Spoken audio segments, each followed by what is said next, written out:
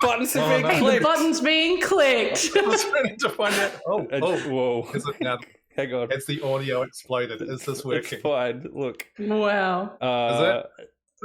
I feel like it's a very good idea for checking with chat to see if there are any audio issues currently involved across the fucking hope board. not. Can you hear us? See us? Papa, can you hear me? Touch us? Wow. Hey, Rin's on the fucking money. Just out here absolutely dominating, saying that it's fine. Hey, so Rin. love that. Thanks, Rin. Hi, Rin. Also, hi, everyone. Hey, welcome to whatever the fuck this is. In your DMs, a 2024 D&D Campaign reflection, featuring three of us who happen to run D&D campaigns on Twitch, on three individual channels, one of which, presumably, you are currently watching from. Those three channels being Meeples and Dragons, Hexes and Vexes, and the Lore Rights. I'm Promethean, there's a 0 in it, and these two are my platonic life partners in this string together adventure. I would like the both of you, please, to introduce yourself. And Didn't know we were signing up for that. And also your channel. I'm going to need a prenup. Far too late for that, baby girl. We are in the thick of it. We are fucking on the honeymoon, and you're just going to have to deal with that. I'll do mine first. Hey, hi, I'm Promethean. I run a campaign on the Lore Rights called Sword of the Skulls. It has a title. Both Emily and Ham are players in that campaign, which makes this especially fun. That campaign is about a world in which bad shit is probably going to happen to a bunch of cool people. That is the worst explanation of your campaign you physically could have given. Well, now it's your turn. So, Emily, I would like you to introduce yourself, please, your channel, and give us just a super briefest little snippet about the campaign. Because I'm actually going to talk about that later. Deflect. I'm going to deflect and say age before beauty. Hamish. Wow. I'm joking. I'm sorry. But hey, Hamish, I would actually really like to hear from you first, because I think you are the more seasoned DM of the three of us and probably have the most insight. So I want to hear about you and your world. Also, here's a little fucking bingo square just to keep in mind too. Count the number of times one or the other of us refers to Hamish as being more experienced, fucking seasoned, veteran-like, or otherwise just old as fuck. Hey, like a fine wine, okay? Agreed. Well, yeah, like an age. But Emily asked you a question. Answer it, fool. Cool. What was the question? No, I remember, I think. It was, will you also sign the prenup, please? No, God, no. I want all your stuff. Hey, I'm Ham, or Ham the DM. I run Radiant Shadows, on the Meeples and Dragons channel, which you might be on now, or as Proceed, you might be on another one. I've been given the keys to the Meeples and Dragons channel, so if it blows up, blame Emily. My campaign is also a homebrew world, like Proceed. I've been DMing for a million years, but I also had like about a 500,000 year break in the middle of all of that and came back, and it's a homebrew world. It's the first homebrew world I've ever made. So in that respect, I'm just as young and as enthusiastic as these other two absolute fucking gorgeous legends here. That's it. That's what I'm going to say. Beautiful. Emily. What's your campaign called? What? Yeah. What's your campaign called? Radiant Shadows. I said that. Did you? Thanks for paying attention, Emily. Yeah, wow. Sorry, I was getting lost in your eyes. Yeah, hey, my name's Emily. That really summarizes everything you need to know. No. Hey, my name's Emily. I don't like to be prey, but I do like to be exposed to Promethean, as you can see right here. Merchandise item. First person to say something cooked in the chat that won't get us banned, I will post this to. But hey, when I'm not here being annoying, I am running a campaign over on Hexes and Vexes called Echoes of Divinity. It is my first time running an actual play campaign, and pretty much my first time kind of DMing, I guess, if that's what you want to call it. Wow, Promethean's really gone to digified town. You might want to turn that setting off that you turned off yesterday. But hey, when I'm not doing that, I'm bugging these two in their campaigns, which is an absolute delight and a privilege. I have also been lucky enough to have Hamish end the world of Damata for the first time in the prequel to this world, and Promethean potentially end it in the current campaign. Who knows? Stick around and find out. Incredible. Excellent. Hey, so there's no real locked in and solid plan as to what this thing looks like. What we do have is just a bunch of I was told that you were questions. hosting. Yeah. You were misinformed. I'm so sorry. There is equal distribution of responsibility and faith in our relative abilities to know what we're talking about and do the things. Specifically, so you can tell me to shut the fuck up. And that's fine. I mean, if that's what you're into, we can discuss that later. Yeah, but we will. The basic gist is real simple. We're all running campaigns. We're doing it on Twitch. We're going to have a conversation about how that's been, specifically over this past year, because we have different levels of experience in having done that, I think, which is kind of cool, and I love that. So we'll get into this, I guess, as part of the questions as well, and the general banter. But this is like the first campaign I've ever run. It's the first thing I've run, like D&D flavored ever. Emily's done other That's shit a lie. before. Is it? You've run other stuff. I've seen clips on your channel. I'm going to disagree. Or claim that I have no recollection of that. Either way. Shh. Emily has done a bunch of stuff in a bunch of different ways. Hamish has run stuff forever. But this is the first Twitch version of that. Old so counter, there's like one. a cool little mix of experiences and capability, I guess, across that. And I think that'll be fun. What the fuck was that? What did you just What's the sound drop? of my chair moving? Could you not fall off your actual chair and risk your I'm life, not please? falling off it. I'm just moving it. Chill, Jeez. my guy. Wow. Jeez, Yeah, it sounded man. like something broke. So I guess what that Yeah, means, my soul into pieces. as we work through this list of very quickly, Why are you still pixelated? I fucking hate it. because the internet is providing video feed, which is always a terrible idea. As we work through a very short list of questions whipped up by all of us, and then veer off in whatever directions, if any of you in shared chat have any cool questions that you want to throw at the group or an individual one of us, feel free to do so, because that'll be fun. We're going to start with some basic intro stuff. We're going to have each of us do a bit of an expansion on what we did in our individual intros. I am not going to make Ham start. I'm going to start with Emily. Go on, And we're Rin. gonna go Drop your fucking through- question. Oh, wow. Rin, not a single person before you hates you at all. Disagree. Or behind you. Hardly disagree. I literally hung up the phone from you today saying, I love you, Rin. That's adorable. How dare you? I probably owe you an apology, or four. I am informed, but that's a different matter entirely. Do we think that constitutes the first cooked thing? Because I'll ship this photo to Rin. No, that's not cooked enough at all. I would like to begin with Emily, who will not be deflecting this series of questions. What we're going to do, we're going to do some backgrounding for the folk in chat. So here's what you can do. You can tell us a little bit about the Echoes of Divinity campaign, specifically covering, if nothing else, when and how you decided on making it a thing, like the germination of the idea of this campaign, and how you went about the process of deciding, yeah, fuck it, I'm going to do that, and I'm going to stream it on the internet. We'll leave the next bit for after, because I think that can be its own question separately, once we're all done with that. Give us the origin story of Echoes, please. Yeah, great.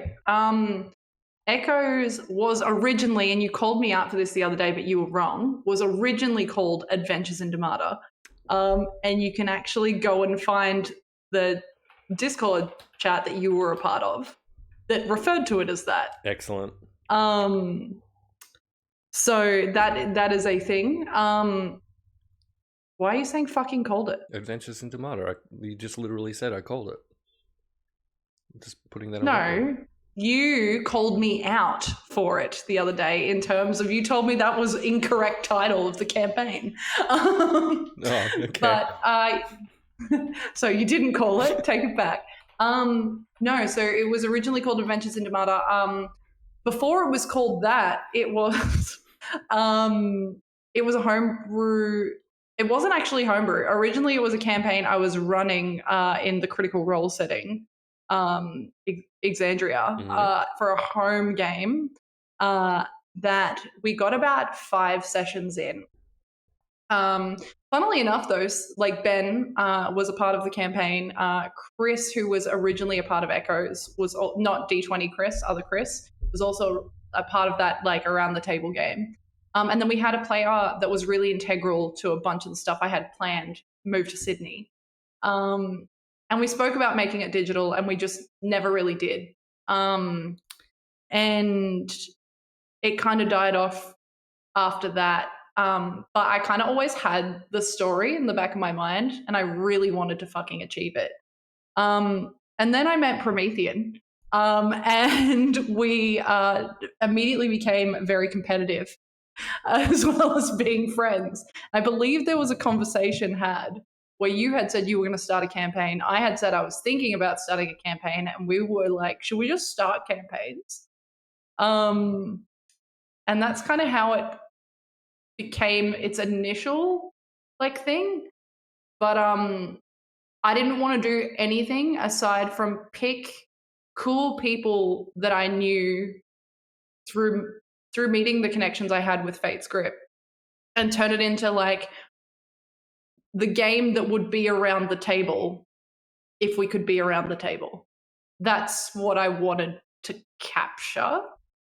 And then you all wrote really fucking cool backstories, and I was like, okay, this is going to be excellent. The streaming thing, like, was always going to be a thing. I was very scared to do it.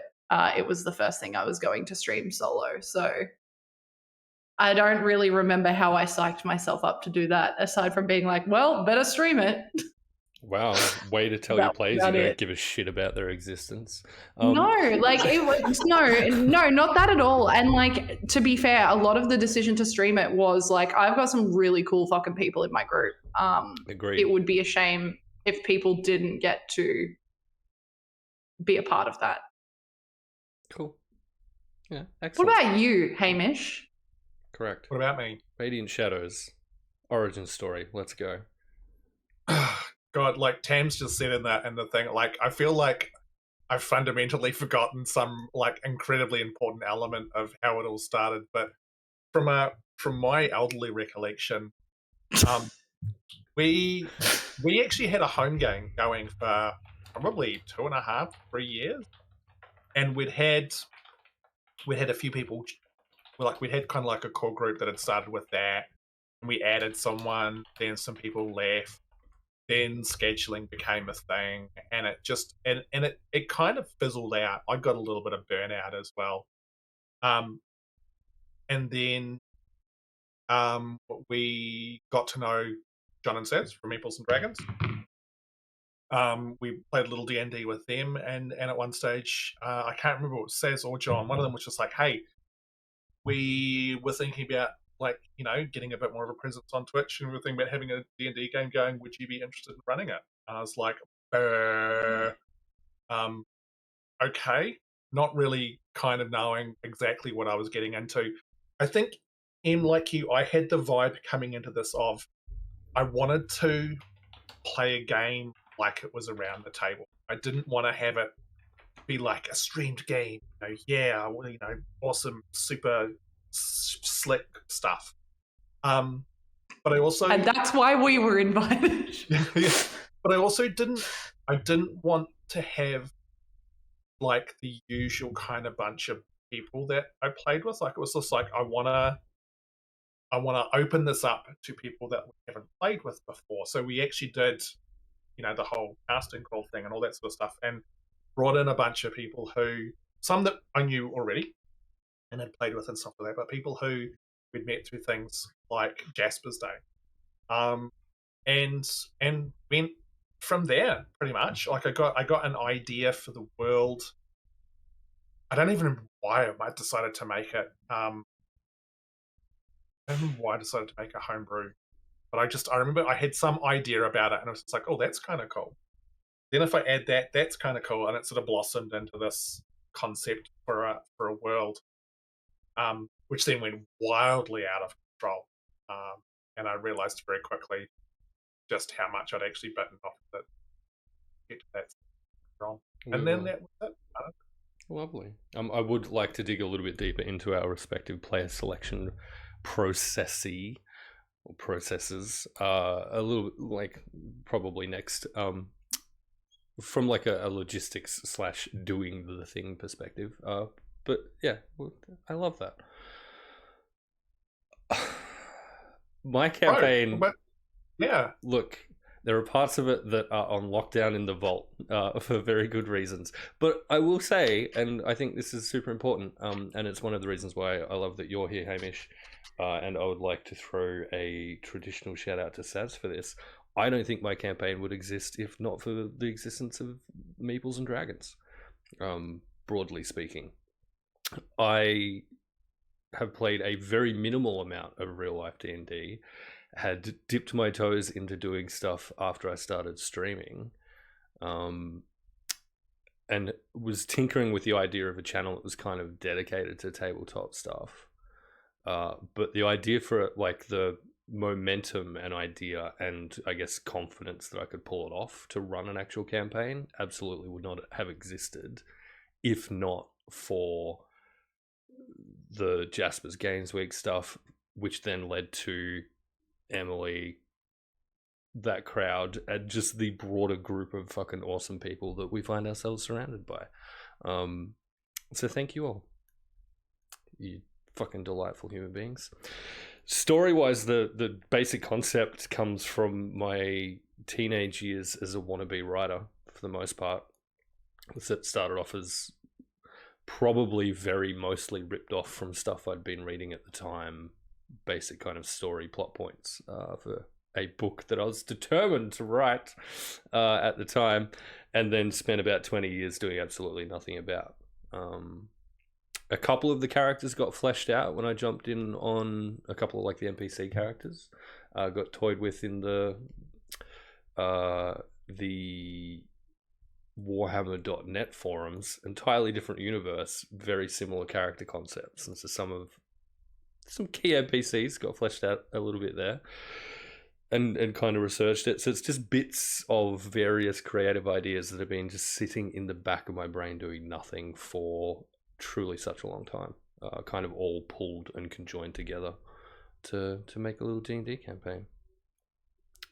The idea of like a demonic threat in a world was one of the core components of it, which seems super cliche and tropey now, but when I was 15 that was cool. Yeah. That was a cool thing. Yeah. Like the concept I hadn't run across before, and I had a whole bunch of ideas that, as it turns out, in the couple of decades since, have kind of been done to death. But we'll figure that out when we get to that part of the world. But hold on, but being done to death doesn't mean that you can't do it again. Agreed. Like, you know, it's not like there's a finite number of stories you can tell about a certain thing. So I'll also argue that tropes are tropes for a reason, and they're tropes because people like it's. I think trope gets thrown around as like an insult or like, you know, lesser than quite a bit. I've turned your volume up through my OBS. It's interesting because if we're going to make observations, you need to let us know which channel you're listening from specifically. Yeah. I don't think tropes are a bad thing. I think tropes earn that title because they have gained momentum from the audience, right? Because something doesn't turn into a trope if it's not A, done to death, or B, enjoyed by a mass audience. And what's that thing? So I can love a trope. You've thrown a concept at me before from your history that there's only like 7 stories in existence, right? So I studied film. I studied film school. I did a double degree in film and television and in entertainment business management. And it's the same concept, I guess. You could apply it from a musical standpoint, where like most pop songs use the same 4 to 6 chords, right? It's that there are technically 7 original stories in the world, and everything else is built upon or developed from that original core story. What those stories are, couldn't tell you. But because it's not technically one story, it's an amalgamation of stories that use that concept to become the one story, right? Fucking hell, Declan's here. We all need to leave. Well. Uh-oh. No, please don't torture me here. Please don't do this to me. But I believe that. I believe that everything. Wow. So I'm just going to do my best Emily impersonation real quick. Okay, could you spin the chair around? What's the most cooked thing that I can say? Hang on. Hey, I think Declan's favorite line that I said from the clip that I posted today was one time they let off a bunch of lizards into a bird enclosure. Great. I could never be as cool as you are. I'm sorry. That's a lie. As you were. 7 stories, one for each of the sages that pop up everywhere as well. Yeah, pretty much. But it's the same concept as the hero's journey, right? You can study the hero's journey, again, in storytelling and also in film and television. And it's that the hero's journey hits specific points and specific characters that you meet along the way. So it's an interesting concept. So I will never prioritize being completely 100, 1000% original because A, it's not possible. And B, at the same time, on the opposite end of the scale, for things like D&D, it's always original because you're never going to play the exact same campaign in the exact same moment of time with the exact same players each and every time. And for that reason, it's always original. Yeah, which is a very good segue into very specifically Rin's question. So for each of us, what, from your perspective, is the underlying inspiration for the world itself that you can recognize you've kind of wound in and threaded into your world? And for mine, I think it would be fairly easy, largely because it's kind of what I was doing at the time. It'll be like David Eddings's stuff, the Belgariad and Malorian, in terms of the vibe of the people that populate it. The more kind of extra planar shit, like the demonic side of the world, there's a part of it that's also based very much out of that, but there are elements of it, and we haven't hit it in game for me to actually play with this and see if this is how it plays out. But I'll probably reach very biblical for some of that stuff, right? Like where those core concepts have come to me from in the first place, and the various kind of iterations and versions of those things. I've been a mythology buff forever, so like picking and choosing from bits and pieces of kind of core mythology is where I get a lot of my shit. Clump that all together, and that's roughly the fundamental engines of Sonder, I guess. Cool. Go on, Hamish. Hamish, you're right. No, go on, Hamish. Okay. The probably the first thing that when I first thought of my little world, one of the first elements was playing around with the idea of magic. I wanted a world, and there is a reason for this, which hasn't actually come out in the campaign yet, so I can't actually kind of talk about it in some respects. But that'll happen a lot, I think. Yeah. Because we all play in each other's campaigns. Yes. Fucking hell. But I wanted a world where magic was dying, but also wasn't super common. And that's something which, has come out recently in the campaign. It's like what happens in a world where this event is happening and factions across the world maybe know stuff, don't know stuff. How do they react to that existential crisis of this is all potentially going to fall to pieces? That was a big element of it. I also, and this was very much off the back of Pam's input into the world. She made a critical kind of comment and an idea, which was around the whole thing of we've got species in D&D. For the longest time, species like all the dwarves live in the mountains, and all of the elves live over here, and they're all like pretentious assholes, and all of the halflings are the coolest race on the face of the planet. And oh my god, this is how they work. And it was like, you know what? Let's scrap that. Race is, or species is irrelevant.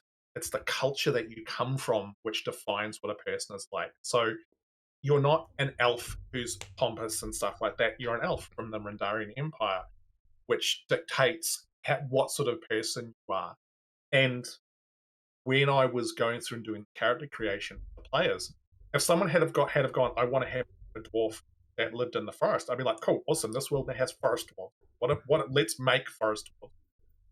Or water halfling, or whatever it is, so that you moved away from some of those elements as well and just create something different, but also try and have very distinct cultures throughout the world that have got specific kind of identities to them, which I've discovered has also been a lot more of a challenge than I originally thought. It's super easy to slide into like the familiar territory of those groupings, I find. And I've had to kind of check myself because, as you know, we've talked about this before, right? I deliberately set out to do more or less the same thing. And yeah, like sometimes I can even accidentally just word things in a way that makes it seem as though it's that. And I kind of have to pull back and go, hang on, no, that's not the thing, right? Yeah, and it is. I mean, especially like, for someone like myself, like I've been playing D&D. Okay, here we go. This is going to melt some people's brains. Oh, here we go. Are you calling yourself out? I've been playing Dungeons and Dragons for 40 years. You're not that old. 100. Look at him. Look at him.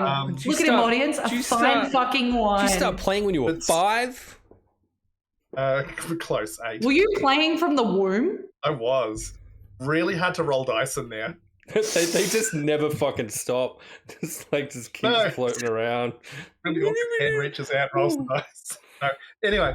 Wow. But so there's a lot of ingrained stuff for me around that racial stuff, that sort of thing. So, stepping back from that, and again, I will call out Tam. She was sort of, it was just like, no, don't do that. Do something different. Make it interesting in that way.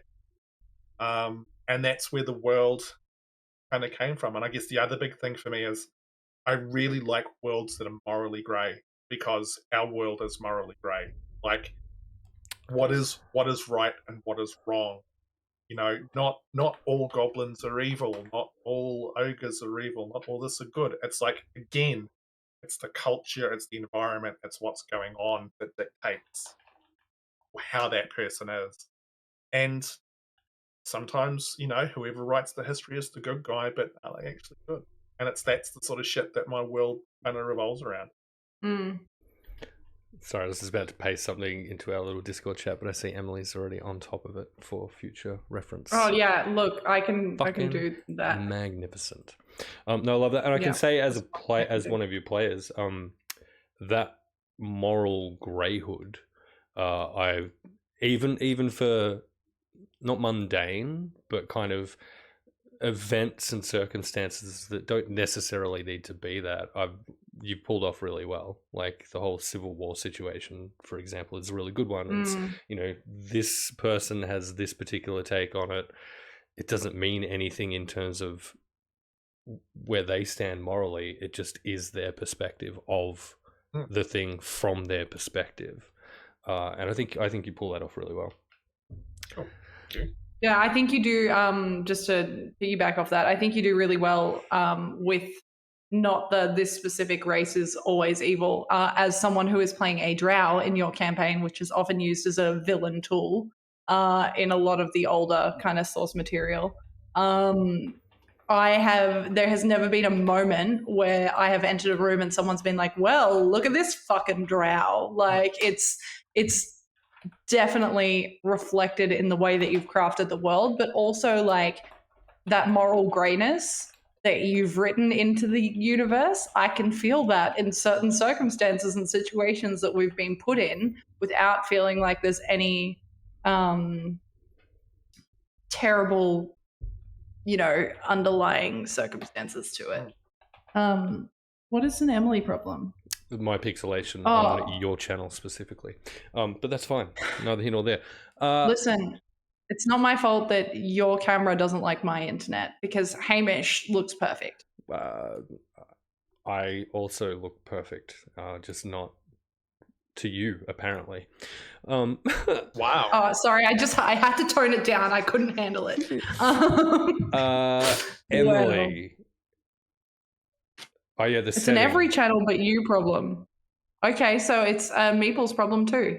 How very fucking dare. It might be that setting. I'll check it on my side as well, but hey, L&L.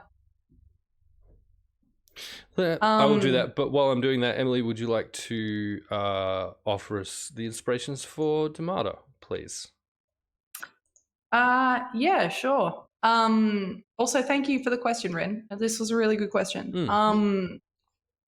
I, as a person running their first time campaign that wasn't around a table and a complete let's fuck around and play some D&D. The first thing I decided to look at was, what do I think my strengths are and what do I think my weaknesses are? You look so much better now, by the way, bro. Cool.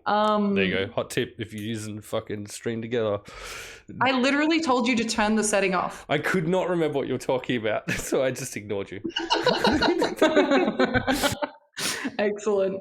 But what do I feel like my strengths are and what are my weaknesses? And my biggest fear when I decided to start running the campaign was I don't know a ton of the rules. And I don't know a ton of, I'm still relatively new to D&D and TTRPG in general. So I don't know a ton of the stuff that, I was worried my players would know. So how do I take what I don't think I'm good at and build it into the world? And magic was a big part of that. And so for me, I was like, well, if I'm not super confident around magic, let's create a world that is not super confident around the use of magic and how it works and its origins and whether it's good or bad or what it was used for. So Demata's first kind of design was, this world is going to have been reborn under circumstances unknown, but for whatever reason, people were afraid of magic from its beginning. Yeah. Because I was afraid of magic. Whether you're listening now or to the fucking VOD, do you hear that? Just real quick. Hey, Soul Queen plays. People in the world are afraid of magic, okay? Just something to remember maybe. But yeah, that was kind of design number one. The second thing that I was nervous about was gods. I know that a lot of the classes tie into gods and demigods and deities that I knew I wouldn't have knowledge on. And so I decided to create my own gods that were the predominant, or demigods, I should say, that are the predominant rulers over these lands. Because I've designed them, I know them. So that was kind of the next step. And everything else came down to I'm going to write I did name one after your Calamity character, apparently. That is the prequel, though, not the main campaign. I'm so sorry, Rin, but hey, thanks for killing the world. But it was, I'm going to create one overarching story. Everything else I want to come from what my players want and how I can take their stories and weave them into the fabric of the universe. Because my favorite thing as a player is to see, and it doesn't have to be a big deal. It can just be so smally into smally. That's not a word. It's just Sure so it is. like just delicately, just some sort of a reference to something I've written appearing in a universe is just a cool little nod, and I wanted to give all of my players that. So that's literally how Domata was created. It was those 3 steps. Oh, that's cute. I feel like there's another good segue there into Declan's question, perhaps. Not like super directly, but that concept of, hey, here's the thing I want to hear how you're going to segue this. Yeah, right. So that concept of, here's the thing I'm terrified of, here's the thing I suspect my players will be more knowledgeable of than I am, and that could ruin my life. Declan's question more specifically is, so from the DM perspective, how do you go about balancing the player agency side of that equation, or any part of the game, and your desire to tell the story that you have kind of mapped out, or even just to remain coherent with like the fundamental principles that you've set in your world? And we'll start with you, Emily, so that you continue talking. Wow. Look, you're on roll. I hate that. You're on a roll. Well, Go for it. Yep. I think it's important to have conversations with your players before the campaign and throughout the campaign, to figure out, not necessarily like as a, hey, I'm going to stand over you and figure out what you want and what you need, like not from that perspective, but just to kind of see where everyone's at, because I think you can figure these, you know, you can kind of start to get a sense of your players and whether they're in a chaotic mood or whether they're not. But how do you balance it? I don't think there's a right or answer to this. Have you hit a point where you've had to, though? I don't know. Have you mounted one of my characters and held a knife to their throat while they were sleeping? You very specifically claimed that you knew that was going to happen. I knew that that it was going to happen the second you messaged me and said, I'm going to do a thing. And I was like, but before that, not so much. I think there is no correct way to do it. I think you learn it by playing more. I think that is the thing that happens. I learned very quickly, and actually, I'm not trying to shout out Declan here, but I remember Declan and I speaking ages ago when I was starting this campaign, and I had mentioned I was doing campaign prep, and I was planning for a session, and I was like, any advice? And Declan was like, write dot points. And I did not take that advice. And I wrote paragraphs and paragraphs, and like just in different notes of like what I wanted to do and where, like if it goes this way, here's the paragraph. If it goes this way, here's the paragraph. And I learned very quickly that was the easiest way to panic myself. And so I think the best thing to do is go with the flow. Don't overplan. And to balance that, if there is a thing that is being thrown out truly so wildly and left of field that you might not have planned for it, I don't think, look, it's okay to railroad your players sometimes. It really is. I'm sorry, but it is. And I think you don't have to do that in a, no, you cannot do that way. It is a, okay, how would the world react to this? How would this NPC react to this? Find the thing in the world that is the roadblock for this thing, that doesn't make someone feel like they're being poo-pooed on, but like makes them feel like this is not the thing that is currently worth chasing.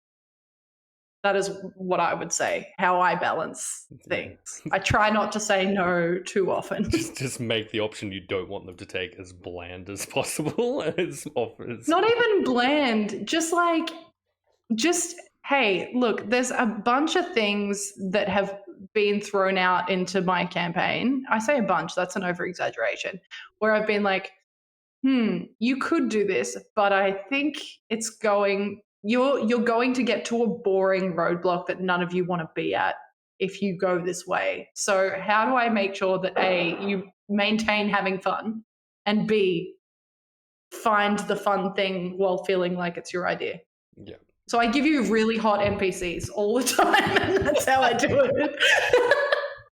canonically, everyone in Tomata is absolutely fucking hot. I think this is going to be a really good example of how Emily and I are essentially actually the same fucking person and being somehow in creation. I had the same issue. So my first few sessions trying to do the thing, very similar, kind of trying to map out every possible choice that the players could make in an attempt for me to be prepared for those choices. And it became very immediately apparent that that was not the way.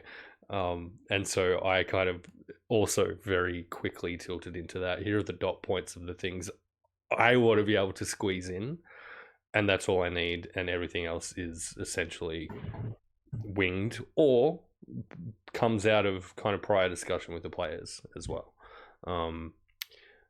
I also agree, like, I think the railroading thing I probably have a similar stance on because our games are monthly as well, right? So we've got and some of them have been short, right? Because availability wise, sometimes we might only have like 2.5 hours to squeeze stuff in. And so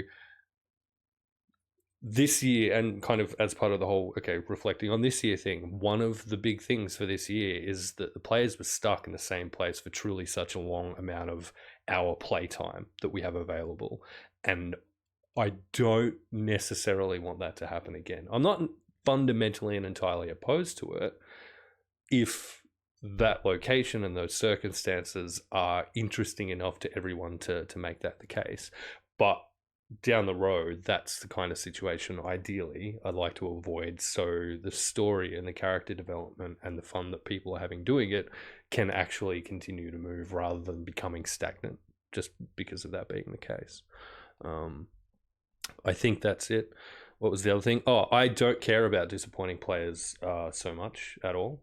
And in fact, I've very deliberately gone about the process of very cruelly disappointing players in a couple of ways. However, the balancing side of that, whether I have flat out said it to them or not, is generally speaking, if that's what you get in game, it's there for a reason and there will be some kind of payoff associated with it, whether it's immediately recognizable or not.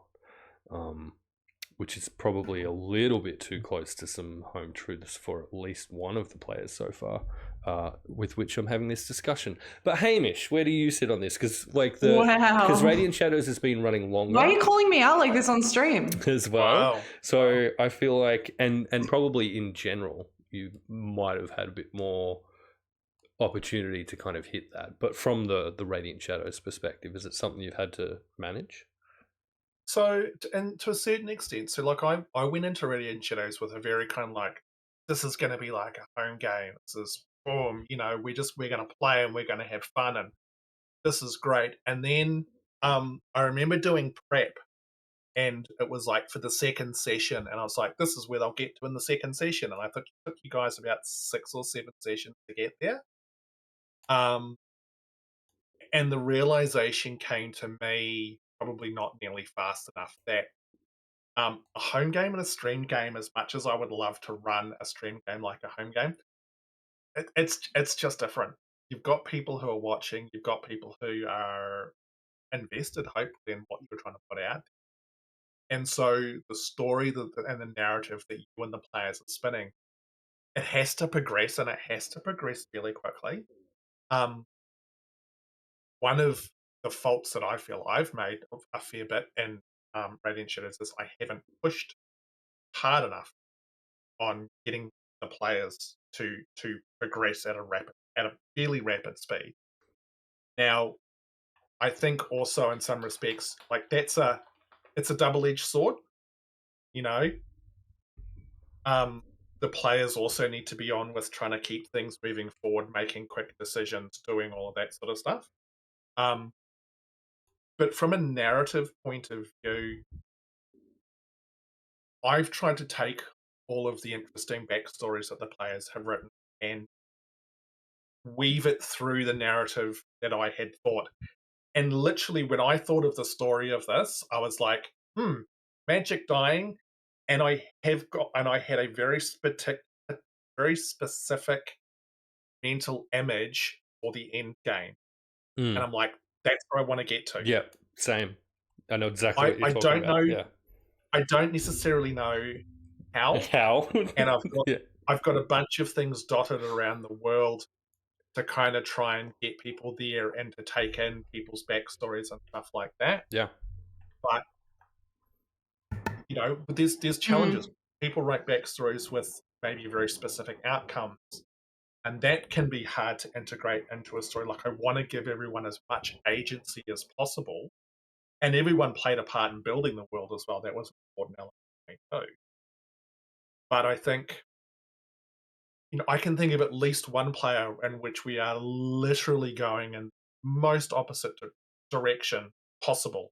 There's more to than their one, I backstory. think, yeah, but I know what you mean. Yeah, Yeah. there is more than one. And that becomes a conversation with players. That becomes checking in and going, hey, look, this is what's happening. How do you feel about this? Are you okay with that? And I think it can be the nature of this kind of game.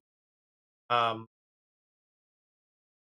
I want to try and give you guys the agency to do what you want to. But I also want the campaign to finish. What?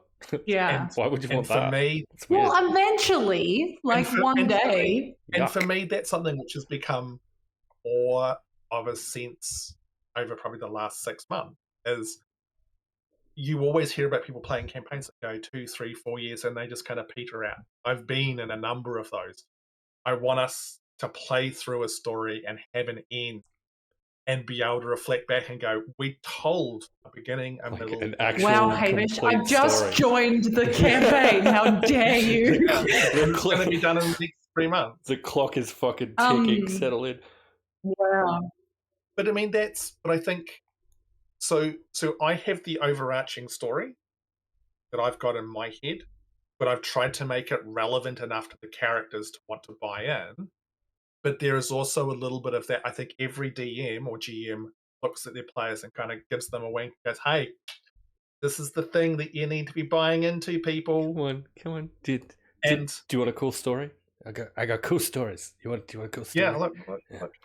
And look, and I'm gonna shout out you here, Pro, because you are someone who pushes the group forward. I know at times you feel like you maybe talk too much or you're out there a lot, but you are a driving force at times when sometimes we're spinning our wheels a bit. And as a DM, I appreciate that that you're a player. You're in the moment going, come on, just fucking let's just keep going in whatever direction you guys have chosen. Delgrim is a dog out of action. He cannot stand this standing around yapping about things.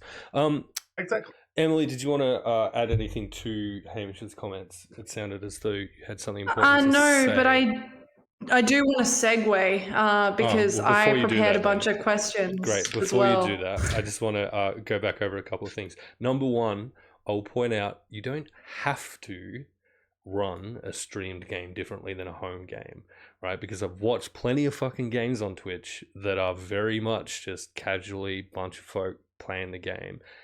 And it can be perfectly enjoyable if that's the thing you're watching.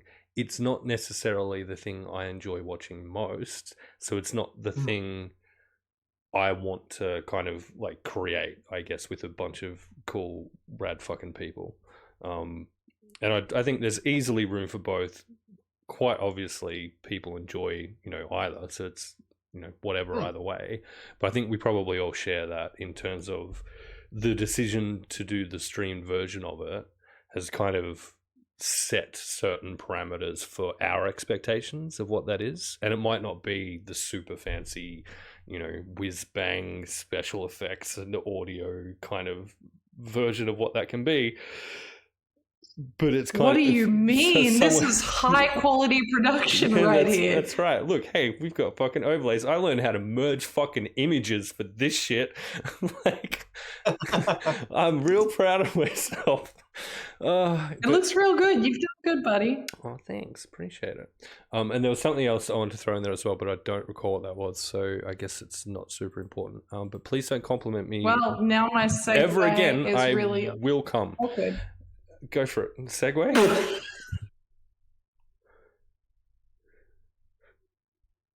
As you were. Okay, great. I wasn't expecting that. Wow. Oh God, it wouldn't be the first time someone unexpectedly come around me. No.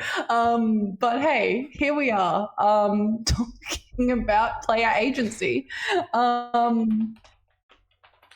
Wow. Hey, speaking of player agency, this is much more difficult to do now.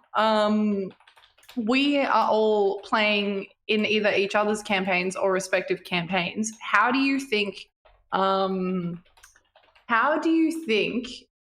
doing Radiant Shadows, Sword of the Skulls, Echoes for me has changed you as a player in other campaigns? Like, what have you learned? Easy, and straight back to the thing that Hamish pointed out. It became, and I think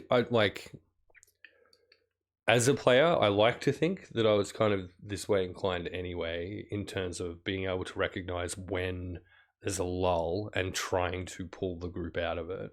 But I think it's just made it more clear how useful that can be and how it can be done poorly. Like, because there's definitely games I've played in where I just kind of have lost myself to what it is that I want from the game. And I think that DM's perspective gives you that kind of broader view of, yeah, cool, that can be useful, but it's not necessarily the best version of that utility for that to be the case, because it can be very easily and apparent, I think, from the DM chair, how isolating is not the right word, but I guess how it can increase the disengagement of other players, where that becomes kind of the most common driving force, if that makes sense. And kind of just that, it's the sharing the spotlight thing is looking for opportunities to kind of draw people in where they haven't had a chance or are disinclined to. And I know we collectively quite often kind of check in with players on energy levels and where everyone's head's at, and sometimes you do just want to take a back seat a bit, but at the same time, hey, you're here, you may as well have a little bit of fun while you're doing the thing, right? Hamish. I think for me, it's been, as a DM, you go, yeah, this thing's going to be really fun and it's going to be awesome, or this encounter design's great. And then you go and play something similar and you go, that was ass. Because you don't experience it as the DM. And then as a player, you go, yeah, not great. Didn't like that. Didn't have fun with that. And I think sometimes that reality check of being on the other side of the screen, shall we say, gives some good insight into, what is fun, what isn't fun. But I also think that knowing, like, as a DM, knowing how hard it is to try and balance an entire group's interactions through a session. So, Delgrim's kind of little moment in the sun and the spotlight comes up. And so I'm very focused on Delgrim. And, I want everyone to have their little moments all the way through the campaign. That, as a player, to help the DM, the best thing I can do is be sitting on the sideline going, fuck yeah, Delgrim, woo, woo, woo. Or trying to become involved in that story at the same time. Yeah. So that the DM's not trying to sit there and go, God, how do I kind of cram someone else into this? Like, if you're not, and I'm gonna shout out Tam again. I'm sure I'm biased because she's my other half and I love her, but Tam, the whole time I've known her, when it comes to her as a player, has been very good at going, I don't need a big moment at the spotlight. I share it with other people and help lift them up. And she does a really fucking great job of that. And I think that is a true gift for a DM as a player at the table. And is also a real skill as well. And that's where it takes that heavy lifting off the DM. I think it's a really good way to articulate that exact thing. And I think Ash has probably done it for Sword of the Skulls most consistently and in some really fucking cool ways. It's the alley-oop, right? It's she's not doing it for Lilith as a character. She's setting up another character to do something really fucking cool. And you're absolutely right. Like, from this side of the table, the value of players doing that for each other is fucking brilliant. Like, it makes life so much easier. Emily, your turn. Hi. Hey. I think something, so there are very select few people in this online fucking universe that exists that have access to my actual telephone number. And one of those people, actually, both of you have my actual telephone number. But one of those people I was lucky enough to have a pretty in-depth conversation about this specific topic with yesterday, which is Hamish. I think it was yesterday. Yeah, it was yesterday. It was just Yeah. And I think one of the things I've learned, because I still have so much to learn as a player. I have only played really with one group for a really long time and then jumped into one-shots here and there. Like Can I interrupt for just the briefest of moments, please, Emily? You say that you've got so much to learn, but having gotten to know you from watching you on Fate Script, and then getting to know you as a person, go away, and then getting to play with you in Radiant Shadows, it is light and day how far you have come as a player. You're kind of a natural. Thank you. Yeah. You are fucking awesome to have Gross. at the table. Truly, truly awesome. So whilst, sure, you might That's really nice, but ask Declan. I don't think he would agree. Well, hard disagree, because I'll fucking tell you Declan's now. opinion is incorrect. I will absolutely tell you now. There is no way that Declan does not love every fucking second of you being the most, or one of the most cooked players in existence to cross their path, because that, especially for one-shot stuff, for the charity stuff, is just as cool, if not, than, you know, someone coming in with a hardcore serious character who knows all the rules or does all the things. Fuck that. That's not what those games are about. You understand the brief and you deliver every fucking time, and that is cool. And it's very difficult to do consistently. I got so excited by this, Emily. I just squirted cherry juice on myself. Amazing. Could you squirt it at me? Fuck.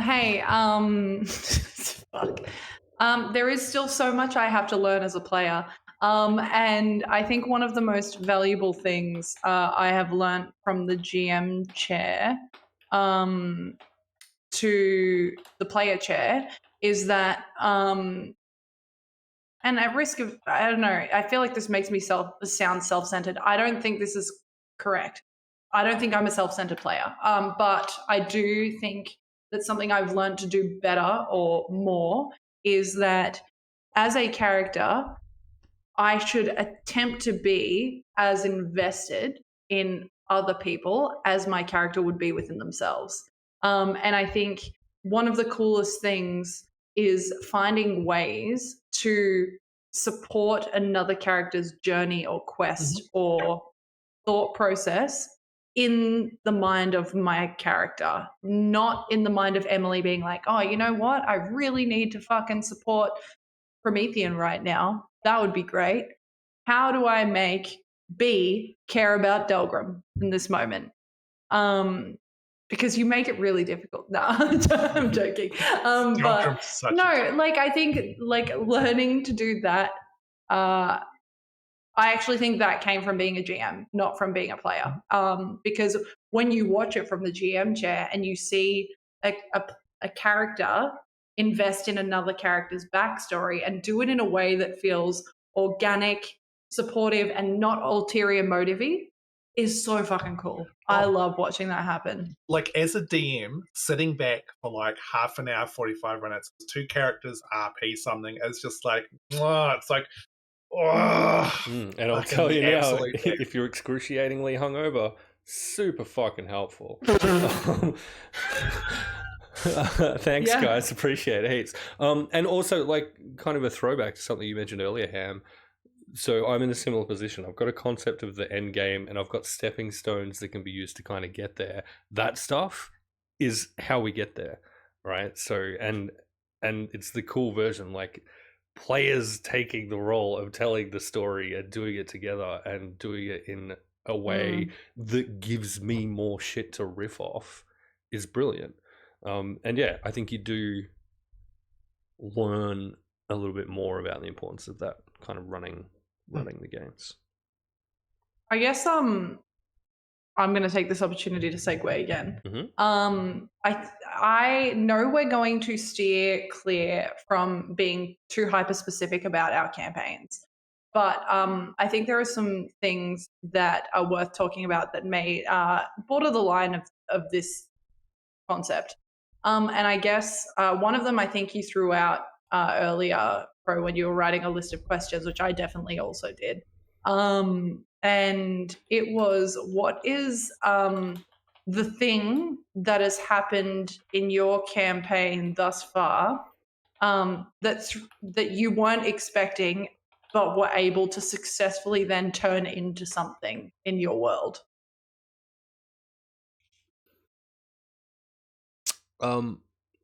Because I am a very new DM, I have very little combat and running of combat counter experience under my belt. And my players made absolute mincemeat of one of those encounters very, very quickly, and then followed up that encounter in a way that I wasn't ready for at all. So I wasn't thinking, I wasn't prepared enough in terms of, well, this is an obvious possible outcome of this thing, and so I wasn't ready for it. But I think that has... Wait, what was it? Have you been specific? I want to know what the thing was. No, I haven't been specific, and you don't need to know what the thing was. I think you have to be. You will know. You will potentially know what the thing was if you watch the VOD of our last session and listen to the stuff that I asked you all not to listen to. Because what that's done is it's given me the opportunity to use that NPC as one of those stepping stones for that larger story arc, right? And it's that thing of integrating failure. I fucked up in a couple of ways along the way, right? And that's just one, it's part of knowledge of the game. Two, just my general approach to life, the universe, and everything being half-assed and super cash. And three, having rad players who did some really cool stuff that I just wasn't prepared for. But I think the important part of that is taking that kind of moment of failure, and I'd say this applies from a player perspective as well, and kind of using that where possible to integrate into the game in such a way that it becomes something that's not that. Because if that's all that I focused on, I would have hyper fixated on the way that I had not prepared for it enough, every little thing that I considered that I'd done incorrectly going about it. And that's not useful to anyone, right? Least of all the players who want to have fun the next time we hang out, right? So I think that, that would be mine. And I think I sort of okayly managed it on the other side of it. I guess we'll find out.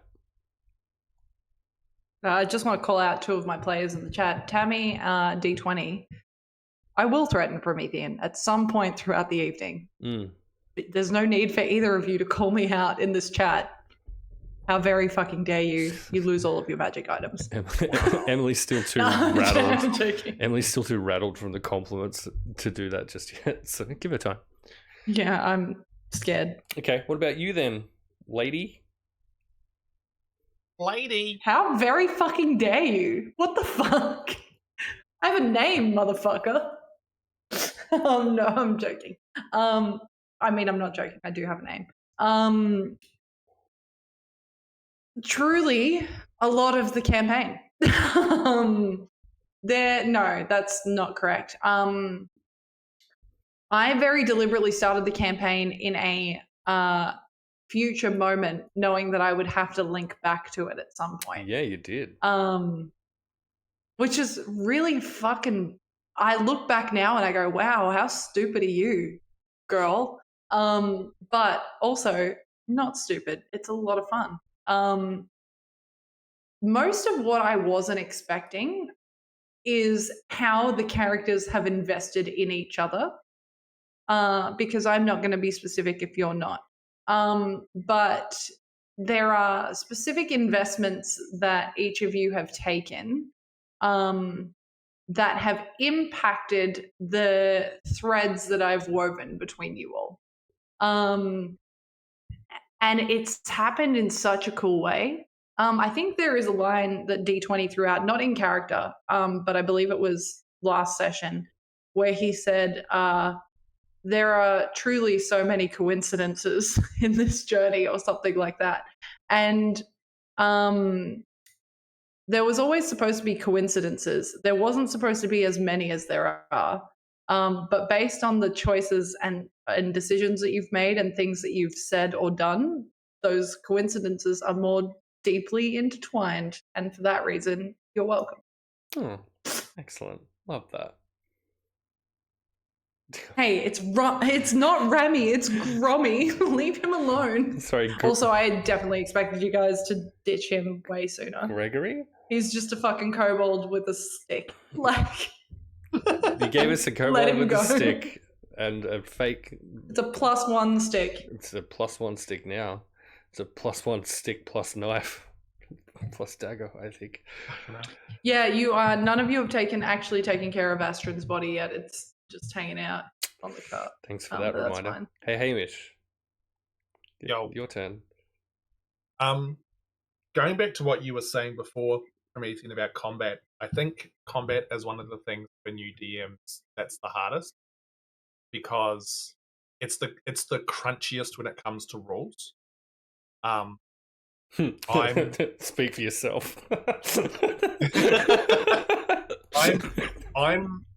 I'm probably a lot more rules focused than you two are. I probably play it closer to Wow. how the rules are written. and I feel like it's probably a familiarity thing as well. So, like, if I hit something I'm unfamiliar with, I'm going to panic and I'm going to Wild West it a little bit as a result of that, probably. Sorry, as you were. So I think combat's one of those things. I struggle with a little bit with combat because I'm always terrified I'm accidentally going to kill players because I've made something too difficult. And for me, that would be a bad thing to happen. But from a world point of view, the fucking gem mines, like, that was a silly little map I put on the wall of a house that I thought you guys would quite possibly never go to, as more of a decoration. And then I did then go, okay, well, look, this is maybe something where they can make a bit of money because they've got no money, and I haven't given them anything which is going to give them money because I've been really tight with that sort of stuff. And then I realized how slowly we played, and I was like, I feel like this can't just be a little side jaunt. This needs to become something of significance to keep the main narrative moving forward. Otherwise, we're going to spend 15 sessions going to a gem mine and you make some money, and it's like, cool. So for me, you all become jewelers. I had an epiphany one night reading through one of the new books that I'd purchased. I'm just like, oh my god, would be my guess, I assume. That right there, and that suddenly blossomed, and that impacted on the whole Terrorlight thing, which I had not thought beyond, fleshed out. Yeah, some basic stuff. So suddenly, that choice that you guys as players had made influenced a significant part of what's already occurred in the campaign. You know, you guys have now got this powerful, almost like a patron in many respects. You've basically got yourselves a little town. You've got cool magic items, you know, all of this stuff because you ass clowns decided to, like, knock out an old lady and rob her house. We got fucking economic on that shit. You know, and then, you know, we haven't done the whole, you know, playing spreadsheets and accountant part of the campaign. That would be no fun, but hey, But yeah, we own the mine. We don't run it. Two very yeah, different yeah, things. Thank you. Yes. yeah, absolutely. But so for me, that's probably been the biggest thing. There has been one other thing which I absolutely pulled out of my ass in the last 10 sessions, which I went, this is the thing, and I had no idea what it actually meant.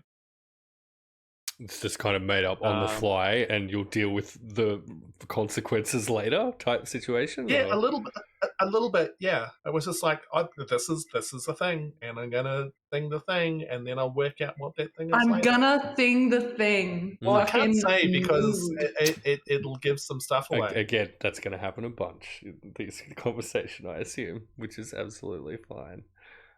Yeah, that's cool.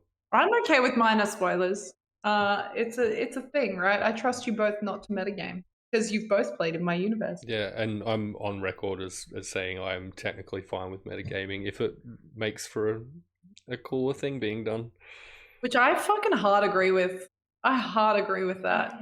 I I don't mean in a way that like completely like you watch it and you go, that motherfucker, they knew this thing. It's not intentional. I'm in an empty room because Promethean's coming to stay here in 10 days and I haven't received the mattress yet. Yep. Okay. Stop grilling me. that's Hey, the boards you're gonna bury his body under. Yeah. Yeah, correct. Hey, listen, Rin, there is a way to do both, right? The anti-metagaming thing, I take incredible pride in not ever bringing something into the universe that I know as a person exists, but that I shouldn't touch.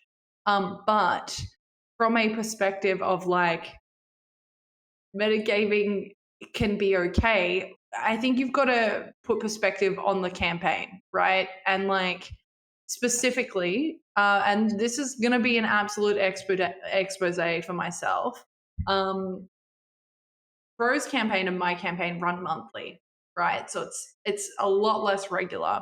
So there has been definitely things where I have sent you, Pro, a message and been like, hey, it'd probably be cool if you did this thing. Yep. Whether you take that advice or not is absolutely up to you. Correct. But if I send that message, it's likely because it's going to make for a cool moment or something like that. And you could argue that that's meta, right? And part of that comes down to the players as well. So as a player, you can give me that. If I, as a player, cannot think of a justifiable rationale for the character to do that thing, I'm not going to do it, right? And even that though, that'll depend on the type of game. Again, if we're talking like one shot, crazy, all bets are off the table type stuff, different story. But I've broken the fourth wall in Radiant Shadows, which I feel a little bit bad about. I've done. Yeah, you literally stormed in on me in this room. I know which number wall that is exactly. I don't technically think that was done anything. And I think as well, like to Ellie B's point, that is also an example of meta, right? And it's not in my favor. It's usually in the GM's favor. Is that I fucking know this is a terrible idea, but I'm gonna do it because it makes sense for the character. Yeah, it's. I think Polished has raised an interesting one, which has been playing on my mind on and off, and I think it's an interesting one for a homebrew world, which is what do the characters know about the world? And I think that like if you're playing in an established universe like Forgotten Realms, you play D&D for 30 years, you know everything, you know a whole shit ton about the world, and so you probably don't ask questions. Where for a homebrew world, you probably don't know anything beyond what you've maybe talked about in session zeros and stuff like that. So how do you go about operating in that world where you don't know what your character doesn't know, but you don't want to necessarily know too much? And I have thoughts about that, but I'm curious like Emily Pro, like what are your thoughts around that? Both as a GM and as a player, like interacting with a homebrew world that you know very little about. Yeah, and great question. I think we'll take a short little break in approximately 7 minutes or so, but that's a cool thing to touch on, because I think what I've found from a player perspective in a homebrew kind of environment, I'm more inclined to ask more questions, right? About which can be good or bad. One, it kind of interrupts the process of playing the game if I'm constantly hassling the DM about, okay, what is it about this thing in this place at this time in this history that I know, right? That can kind of be a bit of a drag. And kind of linking those two conversations together, there's an aspect of metagaming that I think can smooth those two things out a bit. If we're talking homebrew stuff and you genuinely just have a giant fucking wall of ignorance in you, there's going to be times when that happens. From the DM's perspective, I enjoy the process of those questions being asked so that I can absolutely unload a whole bunch of lore dumpage as a result of it. But the key to opening that gateway is the right questions being Wait, asked. the Lorites wants to lore dump? Right. And that question can be from the player perspective, it can be from the character perspective, it can be circumstantial based on the thing, right? And feeling my way around how much information to give to the players under what circumstances has been part of the process that I've enjoyed, I think. So like we had some cool lore drops through a particular NPC in the campaign that I thought were fun, and was one of those stepping stones essentially. So, and I think that was kind of, from my perspective, what made it enjoyable is here is a fucking node. Here is an informational node from which you can jump to the next of a whole bunch of others that are available to you. And that felt great, right? It's kind of having that there, putting it in front of the players. Now it's the ball's in their court to do with that what they will. I'm also keenly aware that it's really easy for players to be given that information and go, and have absolutely no fucking idea what to do with it or misinterpret it, right? I've done this a bunch of times. Just completely kind of take that information and shade it, whether it's through the player process of digesting that info or applying the character's processing of it, right? You don't know where that's going to land. And I kind of enjoy that too, because that can then spin up entirely new, as Emily said, little coincidences that kind of all of a sudden exist that didn't exist before, that you can take and then thread back in. I think that's been my overall experience of that so far. What about you, Em? Homebrew worlds. Barely know them.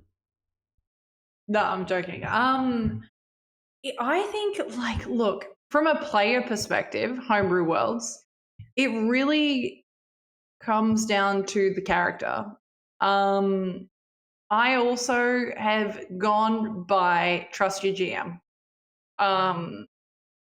Because do you know my GMs? Doubt it. Hey, hold on. No, but I trust my GMs, even knowing that sometimes they're going to throw me to the wolves. But if I'm being thrown to the wolves, it's likely intentional. It's likely a thing that is supposed to happen. And that goes into, and I've mentioned it 1,000,001 times, fucking fun and failure. You don't have to succeed everything. Yeah. And do you know, it's so boring if you succeed everything. Who wants to win all the time? That sucks. I'm not saying you should lose all the time, but what I'm saying is there are cool learns as a character that you get from your failures, just like you do as a human being. It doesn't feel nice all the time, but it's a thing. In terms of the homebrew world thing, two very different things. Hi, Ben. Bye, Ben. Two very different things and two very different worlds that I have sitting in front of me between you, right? And that is that I came into Radiant Shadows when it was already an established campaign. So parts of the world were already, and a lot of the world, because I've seen a lot of Ham's notes, are very well established, right? Because I played an NPC before I played a PC. So like there's a lot of shit that I know as an NPC that I don't know as a PC. But I have approached that with Ham's given me a fucking list of shit that I know, and I have said things in the campaign that Ham's corrected me on, and I'm okay with that. I don't tend to ask too many questions unless I am being asked as a character.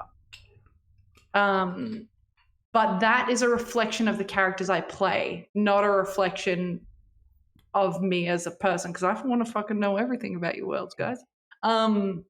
Whereas with your world, Pro, I don't typically ask many questions. Wow, fucking hell, what is going on? I'll figure that out on the break. Gross, I hate that. Yeah, excellent. Let's get the balloons back. Bring back the balloons in the heart. I think the balloons are if I do a peace sign. I don't know. I did it. Hey, there you go.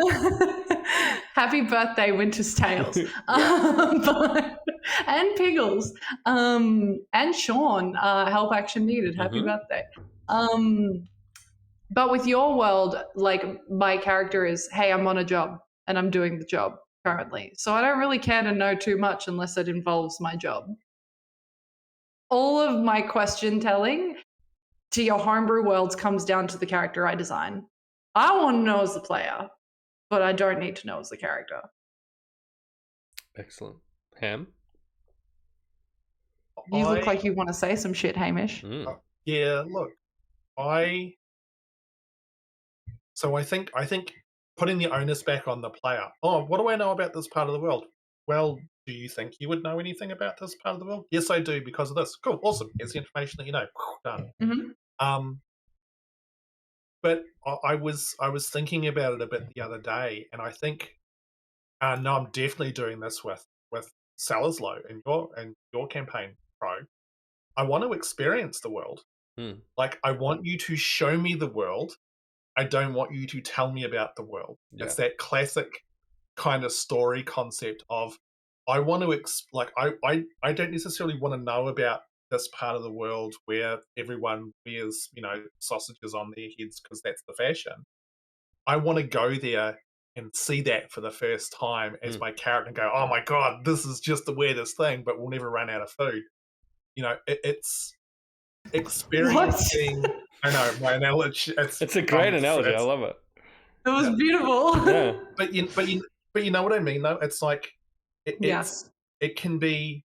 There's definitely information which is relevant to be told about, sure, but like we're playing a game, so for me, it's like I really, really want to just go to these places. Yeah, that can help. Thanks, Polished. Well done. Really, it's going to be canon. I want to go there and I want to experience these things and I want to see it and I want to see what the GM does with it. I want to see what the other players experience with it.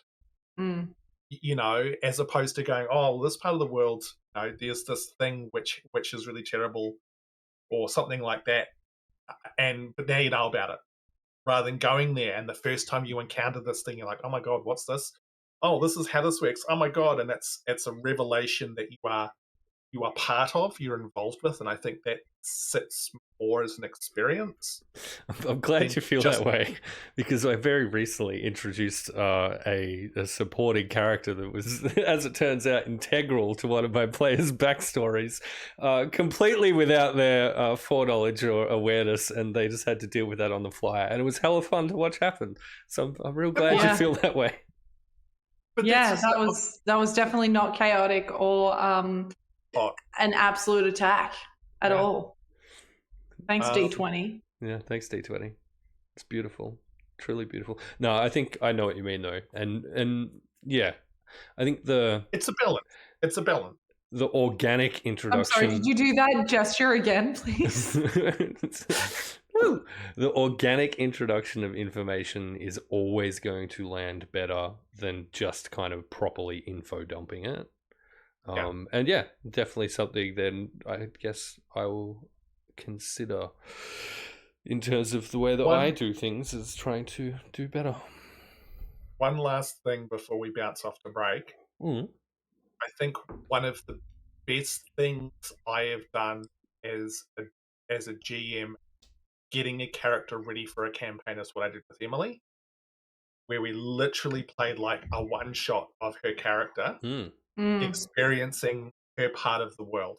Yeah. And kind of getting her from one point to another. Because it wasn't then, I mean, Emily's got a page of information that she knows, for a couple of pages of information she knows to help her play, and she's used that really well. But I think it helped. It was that show. This is you in the world. This is the things that happen there. This is the stuff. Yeah. And I think it grounds the player so much more in that. And I actually had an idea about that for starting the Radiant Shadows campaign, which got shelved time, but maybe I'll talk about that. We might, when we come I back, will have a chat say about session just 0 stuff. no. Fuck We'll you come for a back to that. second. Ooh, okay. See, there you go. I threatened Promethean. You're all welcome. True. But I just want to repay the compliment that Ham gave me earlier, and that is that, like, Hamish, when bringing me into Radiant Shadows, because, like, I'm not going to say that word, arriving into the campaign, at the point that I did, you had all been playing for a significant amount of time because I was a viewer, so I got to watch it. But it's already challenging enough to be brought in with a care and to make sure that I didn't feel like an inconvenience was a huge thing. Fuck you, Hamish. Was a huge thing because when Hamish asked me whether I would be interested, it was fucking hell. Let's go to a break. Okay, we'll see you all in 10 minutes, I guess. Absolutely get fucked. I hate you both. You are being removed from my will. I am absolutely. I truly love you so much, prenup. though. You need to know this. And I need you to know that the divorce papers are arriving in the mail for both of you in T-3, 2, 1. Yeah. I'm on a BRB screen.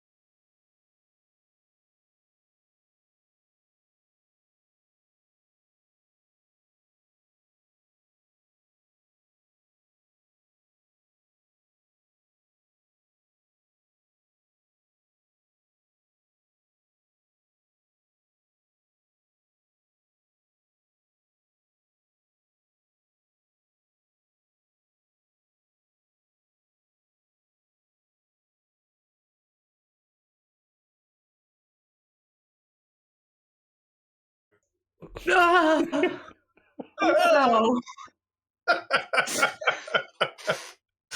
Wow, Hamish, Incredible. fuck you. Look, you put me in charge for this part, so it sucks to be you. Hey, welcome back to Well.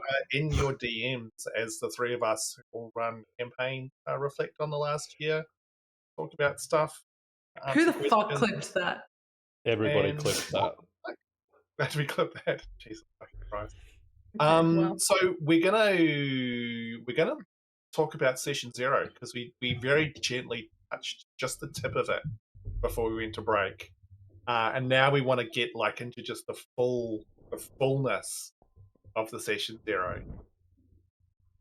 Wow, do it so, again. So Emily, I feel like we cut you off a little bit. Oh, sorry, was I here in the stream, was I? Hang on, all right. Let the white dudes just fuck off for a little bit. Off you go. Do your thing. Yep. No. Oh, the floor is yours. Yeah. I can't go that way. No. Hey, listen, get out from under my desk. Hey. Wow. No, you were saying stuff. Feel free to continue doing that. No, what we will do is talk about session 0s. Hamish, how do you conduct a session 0? Oh, that was very well done. Very cheeky of you, Emily. Yuck. Like most people, how do you conduct them?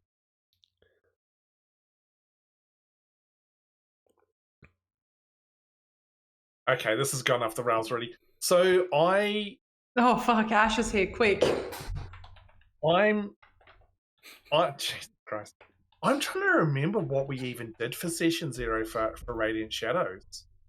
I feel like I know I had individual sessions with everyone where I talked about their characters and did world building, and we might have even streamed a little bit of that actually. I believe we did, yeah. But honestly, I can't remember a lot of it. What I really wanted to do, and was just like, that's just not going to be enough time.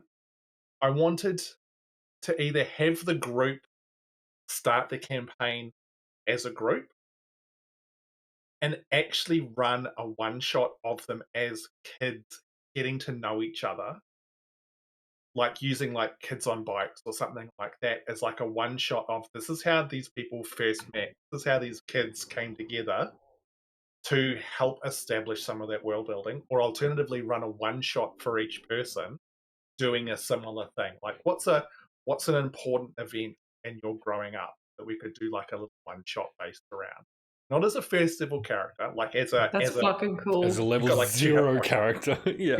You're like the peasant. Like let's do a one shot to ground you in this world and help build the world around you, stuff like that. And that came into fruition with Emily when we introduced B. You asshole. Emily, did you want to talk about that? Sure. Since you asked so politely. No, like genuinely, I think you handled bringing me into that campaign the most perfect way that you could handle segueing someone into a pre-existing campaign. Genuinely, like, I cannot express to you enough how comfortable I felt going into the first session. Actual nerves aside, right? Because nerves, when the live button happens, are always a thing, regardless of GM, player, gaming stream, like all of those things. But hey, fuck you, Promethean. I said in an established campaign. I came into your campaign as a not established campaign. Continue. Yeah. Can anyone hear the rain? Yeah. It's really heavy. It sounded pretty loud out there. Yeah. Wow. But I think what was really cool is wow, it is fucking bucketing down out there. What you did was you asked me about, hey, like, give me a rough idea what you want for a character. And I was like, I've kind of been playing around with this loose concept that like had no It was literally like here's a class I'm thinking of playing, and like the thing that would be attached to the class because it could be fun. And that became not just a me giving you a backstory thing. It was like, oh, okay, well, maybe that would exist in like this part of the world. What about this? And it became an actual back and forth discussion. But then the session 0 side of that was a full fucking 4-hour long session almost. It was, I think I didn't get home that night until nearly midnight. Oh wait, no, I'm thinking your campaign. You're talking about the one you did with Hamish. Sorry, my bad. Yeah, no. So like I had the pleasure of spending the day with Ham, Tammy, and Connor, and I know. Mrs. Cloudkill. I have pictures of everyone's feet. And what? You don't know. Continue the story. I don't recall that, but all right. But immediately following, we were like, let's play a session 0, and Tammy played as an NPC.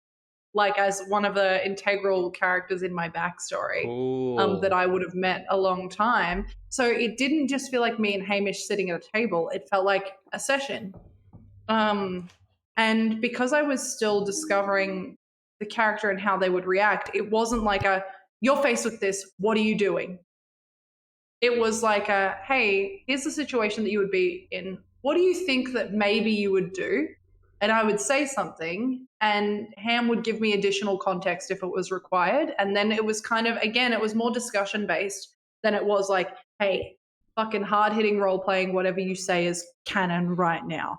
And it was fucking cool because when I came into session 1, I had an idea of how to play the character. Yeah.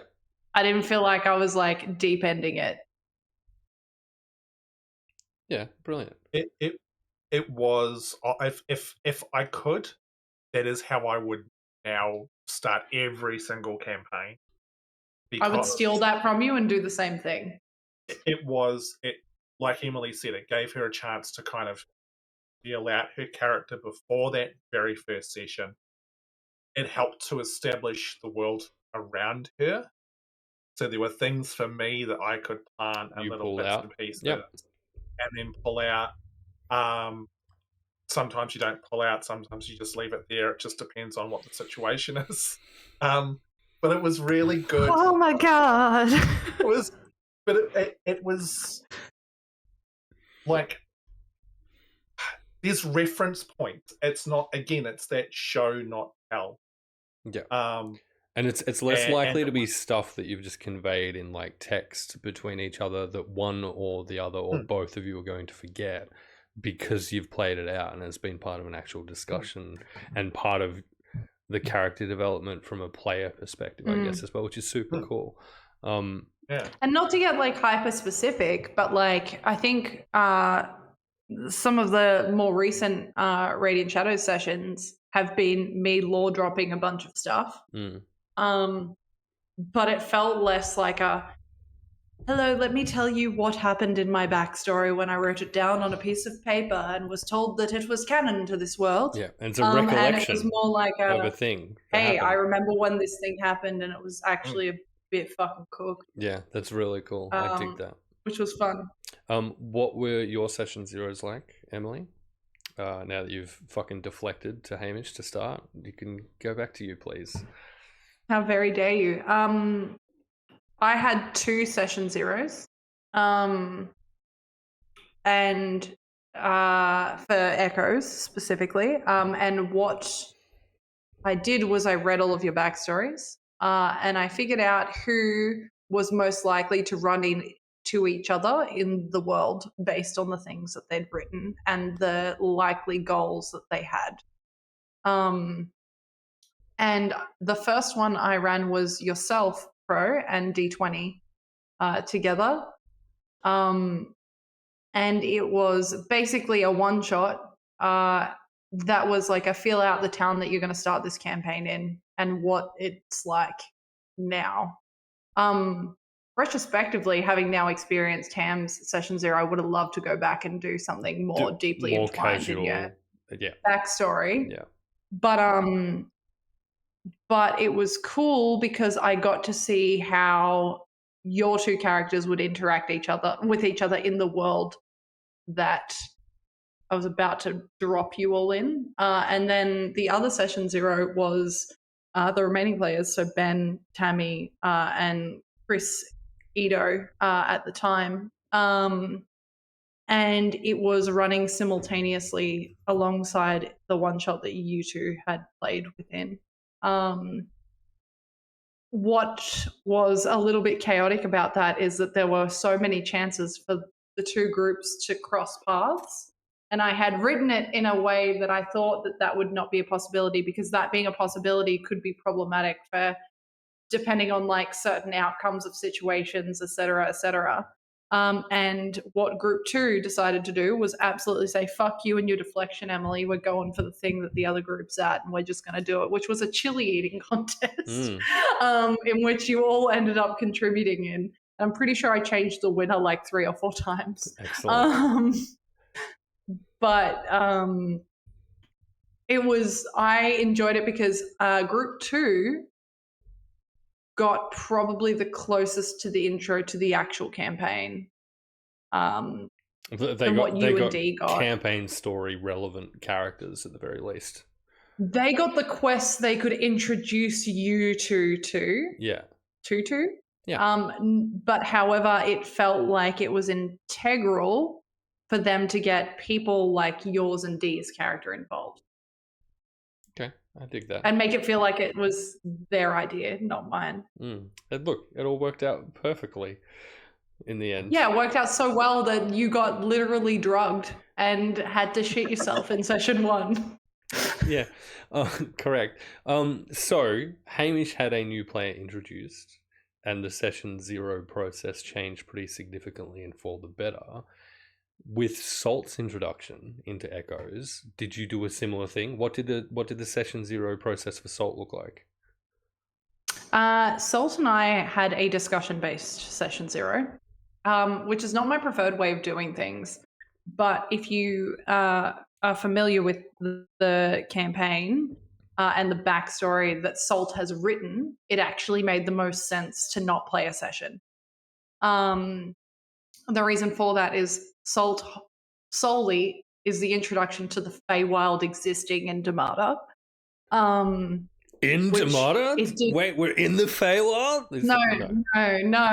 No. But in the universe that Damata exists within, the Feywild is not something that I had written about or considered. Yeah.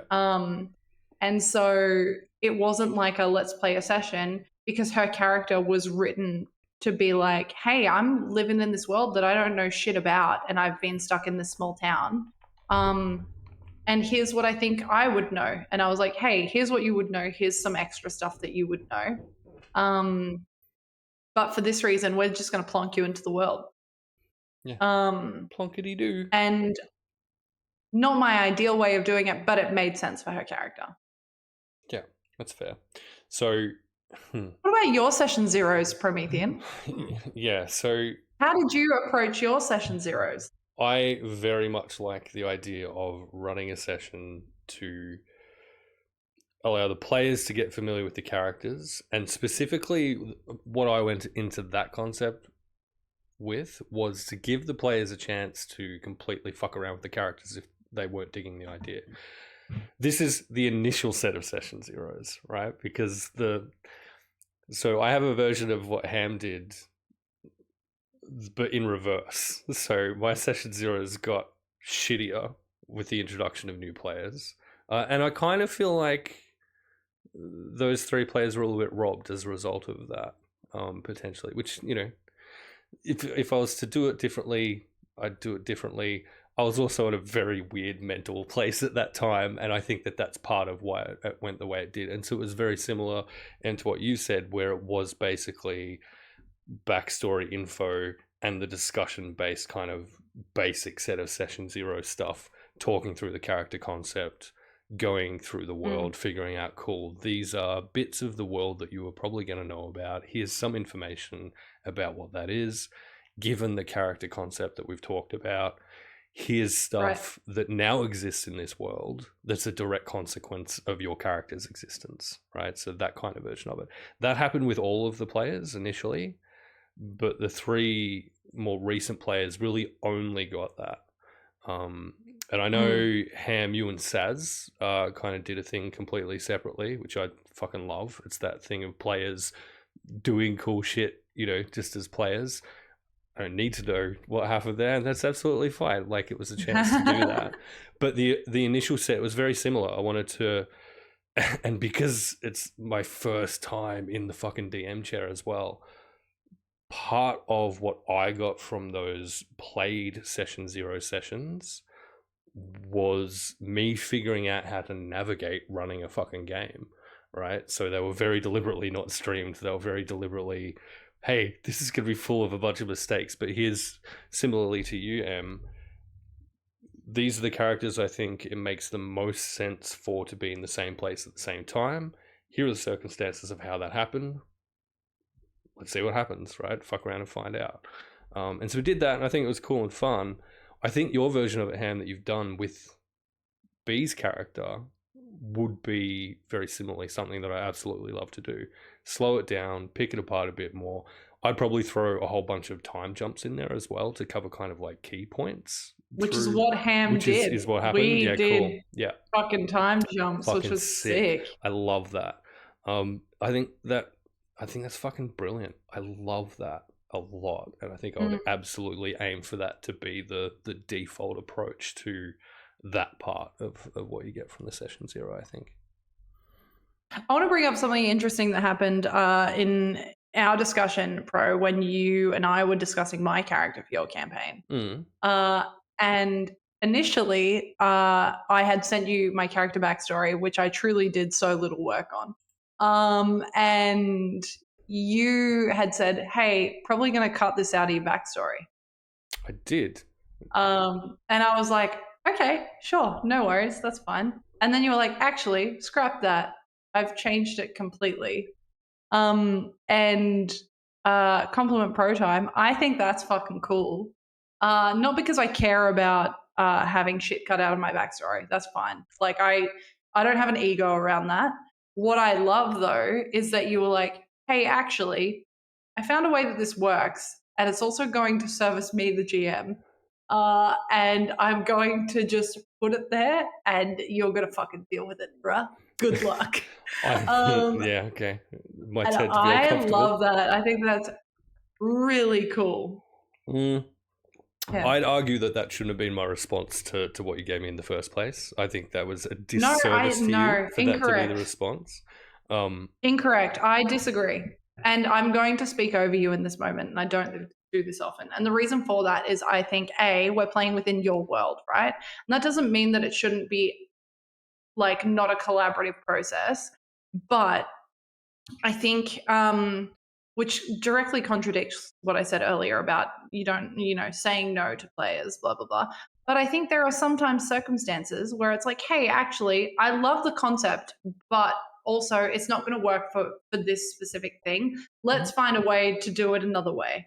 And I think it's okay to say no, and I respected that you did say no, genuinely, because it meant that I had a bit of a better idea.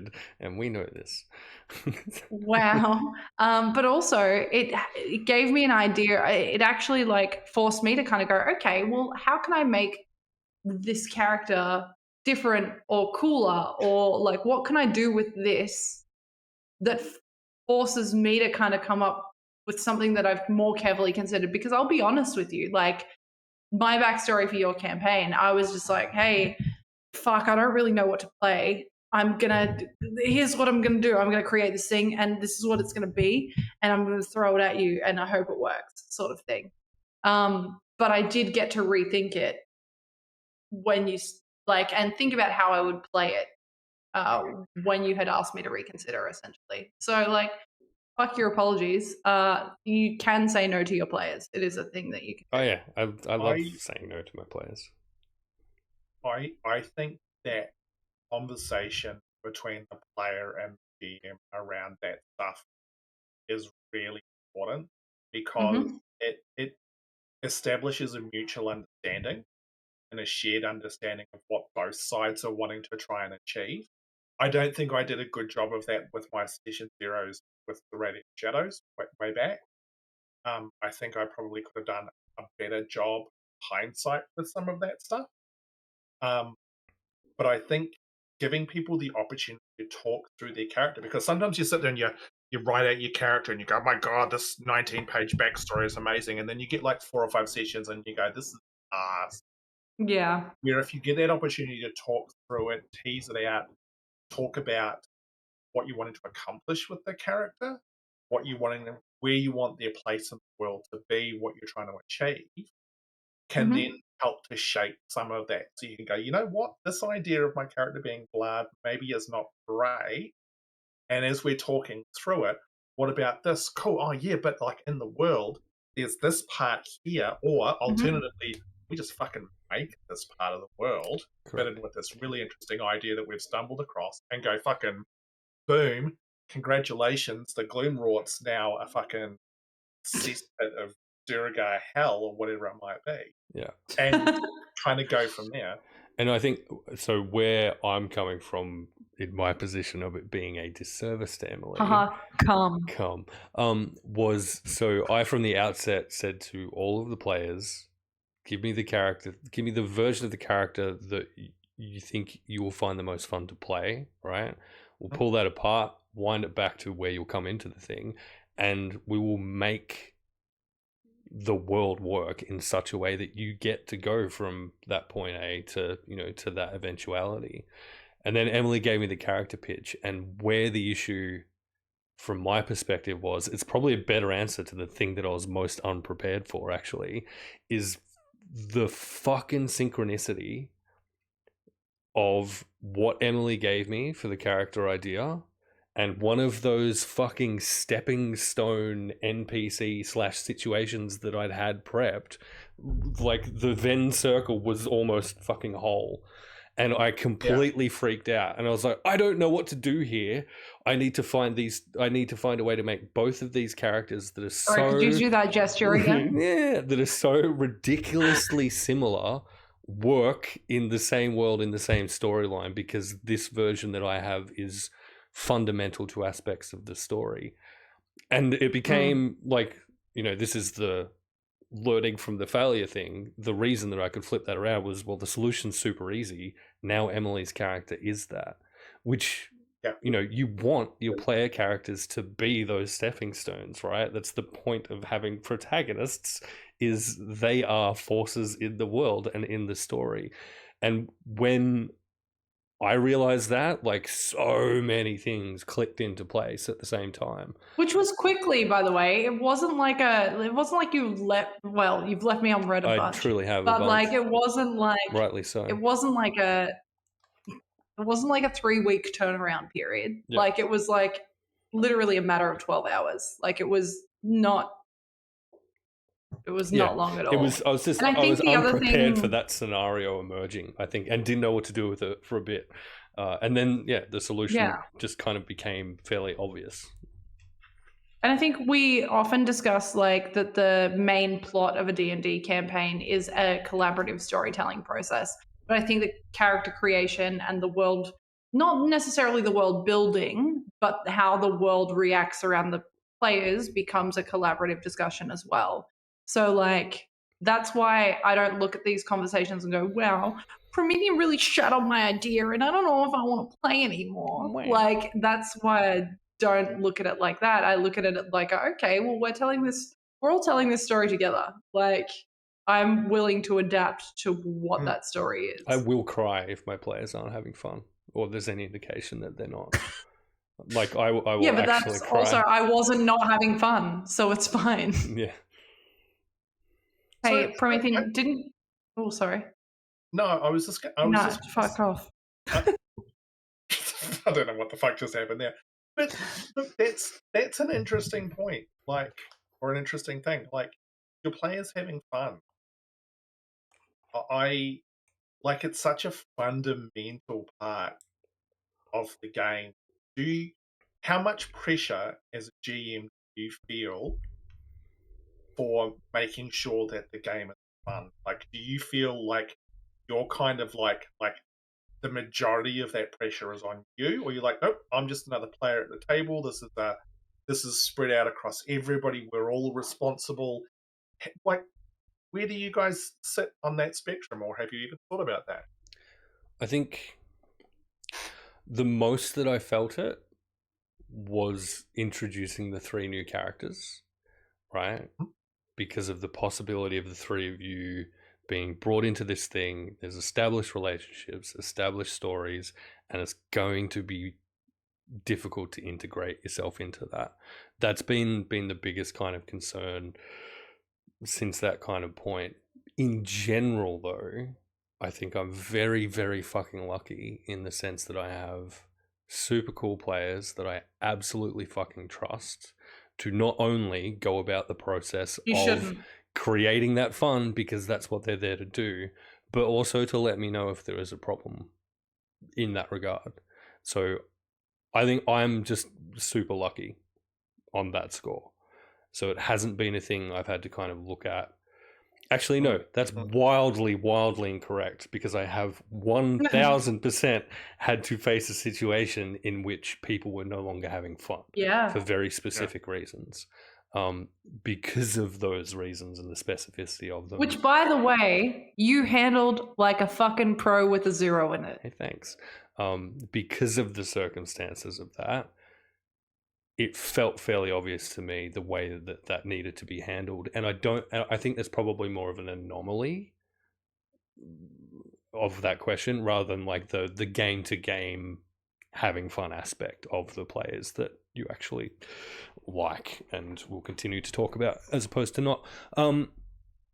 So yeah, I don't think I've felt it beyond that just kind of initial. I genuinely want to make, for these new incoming players, that part of the process as fun as possible. And I nail it, I don't know. But I also trust all of you to let me know if I'm fucking it up. Which lets me kind of ease, I guess, some of that stress. Yeah. Right? Because if that's the way I'm coming at it from, that goes into my efforts to not have that occur, and it becomes a self-fulfilling kind of prophecy situation, right? If I'm sitting here properly stressed about people not having fun, that is going to relay itself in the way that I present the world and the game to you. And so I deliberately go out of my way to try not to overly focus on that. Okay. What about you, Emily? Your question being whose responsibility is fun? It's everyone's responsibility, I think, but also you put yourself in a position where you go, hey, I'm going to be the GM or the DM or whatever you prefer to call yourself, allegedly in Declan's case. But you put yourself in that position to be like, okay, but I am taking an active decision to be the person that is overseeing this, right? And then there becomes that extra layer of responsibility where it's like, not just from an internal roleplay perspective, from a meta perspective, and from I am curating this world and game, there is an additional layer of ensuring that your players have fun. I think a lot of that comes down to making sure that you know your players and where they're at in the moment. It also is making sure that you know their lines and veils and the safety tools that you're going to use to make sure that fun is being had. And it's also making sure that you're not just chucking them on a live stream without having never gotten them on a call before. There is one thing that I knew going into Echoes that I really wanted to do. I still did the safety forms and I still did all of the consent checklists, and that is incredibly important to me. And it's important to me as a player, not just as a GM. But the other thing is that we all have lives, and our lives are busy and they're stressful and they're overwhelming. And sometimes I don't want to log on to the thing and I just want to cry. Yeah. So if I am if I am the GM of this campaign, and I have 5 people that are sitting here, 5 people that are sitting here trusting me with their experience for the next 4 hours, that I know where they're at. And so going into Echoes, I knew that every session I wanted to ask where someone was at mentally and like on a scale of 1 to 10. And the reason I picked a scale of 1 to 10 was it is the easiest thing for me to understand where you're at. And so we do that at the start of every single session. If anyone is below a 7, I want to know how I can support them, or if there's anything that they need to make the session more enjoyable for them. And if that means shutting the fuck up and just sitting there and like writing it out, then that's fine. It means I know not to pressure the player to do something, because I think something we can tend to do as GMs is we see someone sitting there and being silent. We go, hey, Promethean, what do you want to do in this moment? Nothing. And if I know that you're not feeling your best, I'm not going to do that to you as often, because I know that you're not in the place for me to be able to do that to you. So I think those, like, you know, the story and understanding the backstories and your players is really important, but making sure that they are comfortable as human beings and what their safety are is as important every single time. And knowing that they change, that they're not going to stay the same. What about you, Hamish? That checking in thing is absolutely something I've ripped off from both you and Pro. And I keep on sort of refining it with Radiant Shadows guys. But I think it's really smart, because like you said, sometimes people just wanna check out and they want to be there. Like, because they're like, I want to be here, I want to be with the people, I want to be playing the game, but I also just kind of want to be that character who's in the background, kind of, you know, waving whilst everything else is going on. For me, I put probably overly too much pressure on myself to be responsible for trying to make everything I'd agree, Hamish. perfect and great and wonderful. I probably 99.9% have a depressive funk the next day after sessions, because I will tear myself to pieces over stuff. I do think it is. I absolutely understand it is not my responsibility to provide all the fun. I think absolutely the players need to come to the table and need to interact and engage. Like, as long as they're in the right headspace, interact and engage, present. But no, for me, you know, it's something that I think it's really important. And I mean, it's a personality trait that, you know, try to please. But I feel like that's something we probably all have in common. Yeah. Not to quote a Taylor Swift song, but pathological people pleaser is in fact an absolute sentence that I can hard relate to. So yeah, so I'll beat myself up about stuff and put pressure on it, and I try and sort of sit back and not do that. And you know, I've got great people around me, sitting, you know, and you know, I significantly Tam, which is like, you know, chill. And you guys are awesome and supportive and stuff as well. But yeah, I mean, that's a me thing. Hey, we're gonna get real. Yeah. Oh no. If you're comfortable doing so, what is the theme of the thing that you find yourself doing that with more from out of your games, do you think? I know the thing that I will beat myself up most about is I will have certain sessions. I'm like, oh, this is the thing that's going to happen.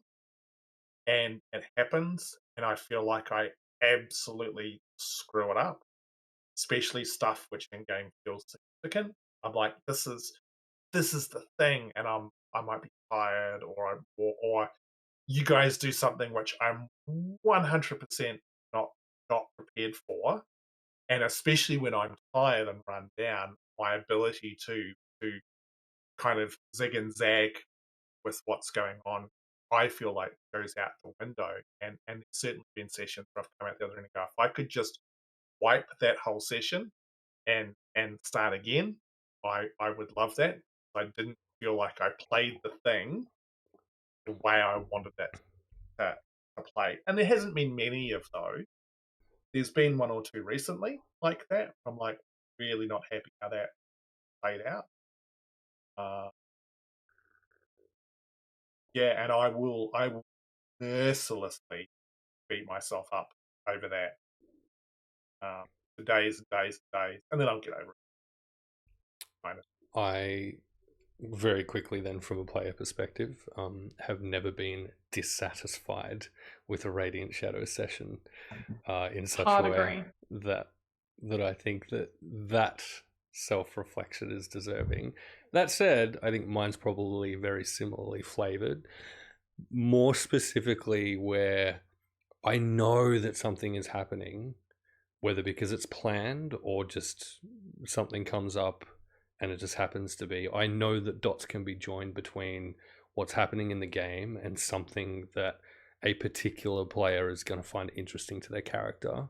And I don't do a good enough job of making that clear to them. And so they miss the opportunity of kind of making that connection, taking that thread and running with it. And that's happened like a handful of times. And then kind of looking back on it, I can see all the times I've just missed those opportunities.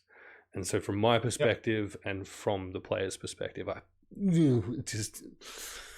I hate it, and it just makes me really annoyed with myself every time. And yeah, that's probably the version of that I think ends up rattling around in my brain the most.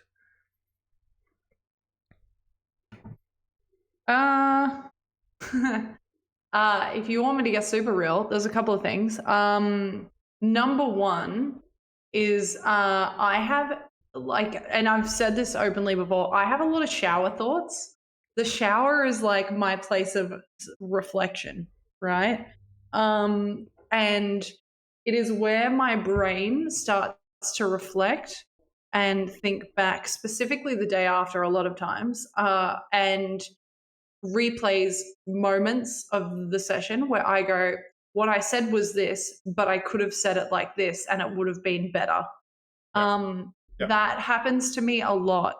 Or I've said a thing and it's been perceived in this way and it's not what I meant. And I will usually end up honoring that and running with that. I don't think I've really retconned anything.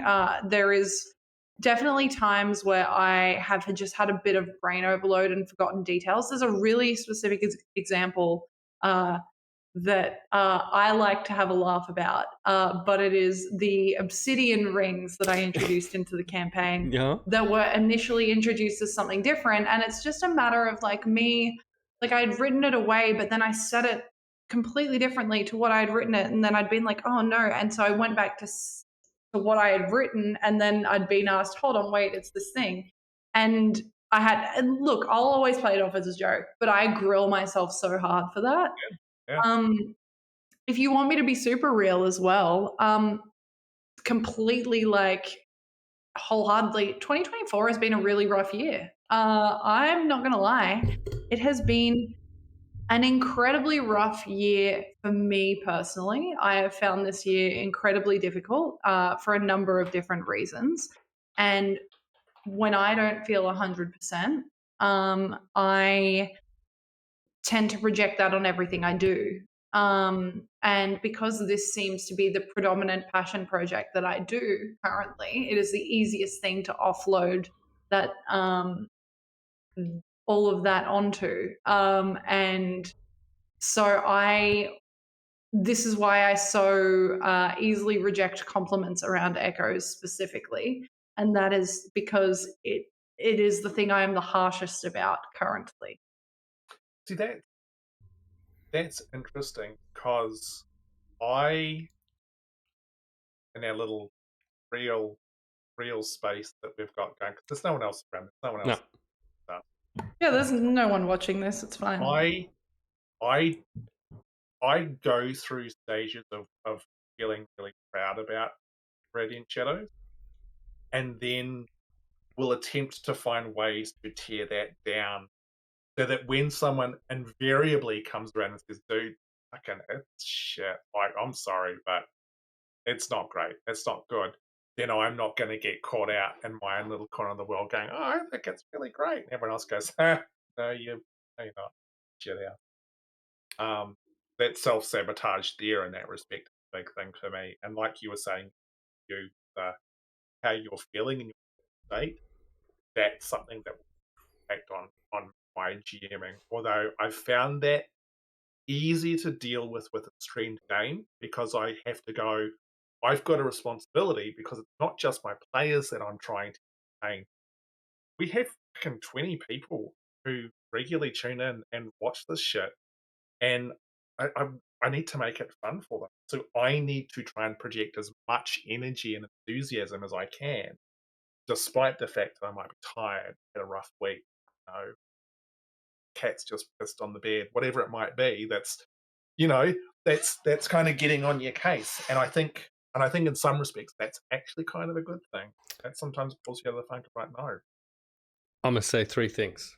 The first of those, right, is in direct response to those headspaces, respectively, in your positions as the folk running games that I am a player in.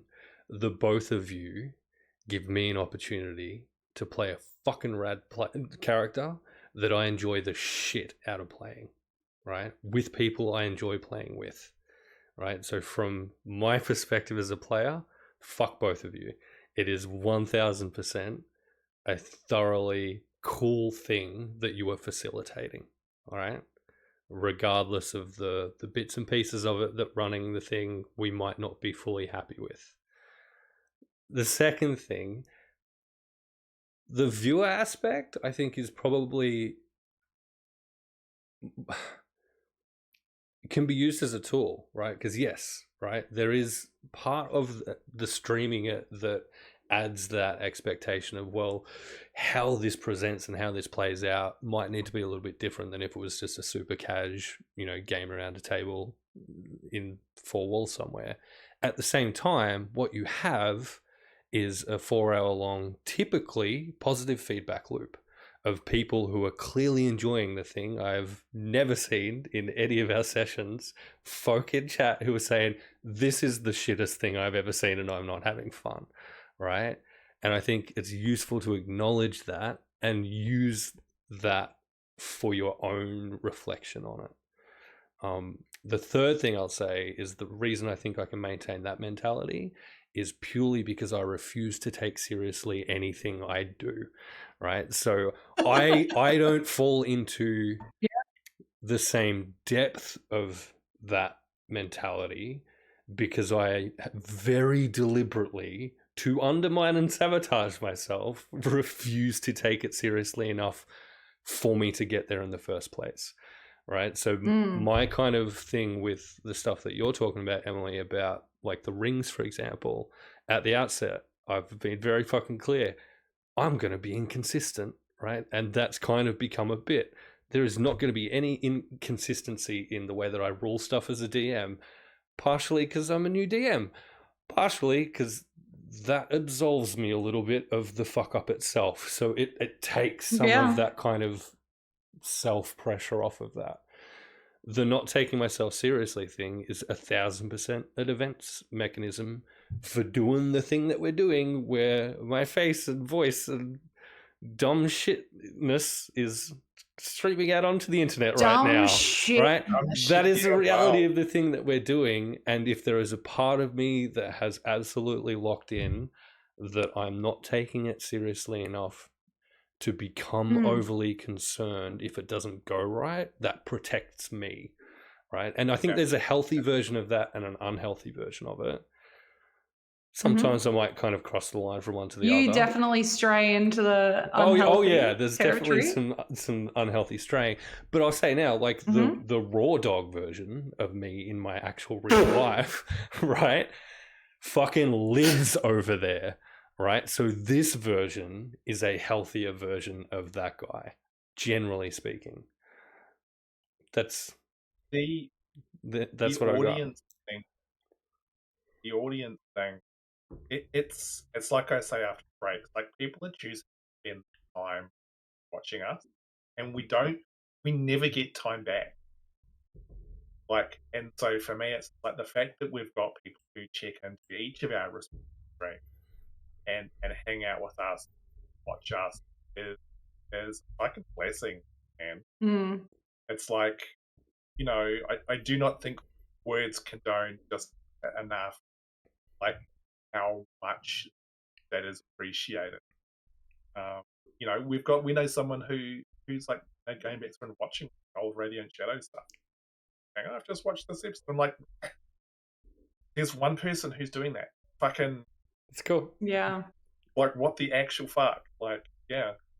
And it's, I'll pull this out of like deep, dark, serious mode for a bit. We'll go into some more mundane shit. And this is as good a segue as any. So an unstructured question then. So that is a reality of the thing that we're doing, right? Is that the sessions themselves are all, for as long as we intend to have them, they're always going to be available there, right? So probably two questions. Do you, as a rule, rewatch the session like religiously after it happens? I knew you were going to fucking ask this. Right.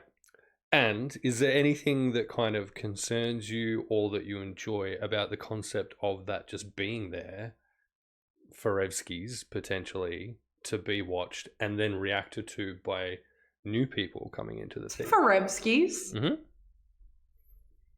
Just create a word? No, I feel like I'm not the first person to use that. Probably. Right.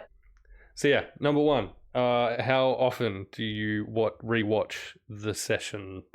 Starting with Hamish, then, please. Almost never. I every now and then I've started to rewatch one, and then I've had something where I'm like, oh no, I fuck that up, and then so I switch it off. I'm like, nope. Okay. I'm gonna overanalyze the fuck out of that. I have watched bits and I've gone, I'm really fucking happy about that part. Hey, so you know what that means? It's doubly forward. To all of those beautiful people just complimenting in chat, clip more shit, because that's how you make Ham happy. Yeah, please clip shit, because I don't have the energy to. No, oh god, I never clip stuff. I'm yeah. So I almost never go back and watch stuff. I think I've gone back and scrolled through sessions to find a particular, like if I'm writing my recap, I'm like, oh fuck, what was that? Oh shit, I'll go and I'll find that particular part. Yeah. But that's it. Emily. Yeah. I was the producer of Fate's Grip for close to 4 years. And in that time, I wasn't the GM. I was a player. And I learned the importance of rewatching streams from producing that. And not just from I really need to find things to clip to create content and I need to do this. Not because I was like, to counter your point, bro, I don't think I ever take it seriously for I better do the thing to do the thing.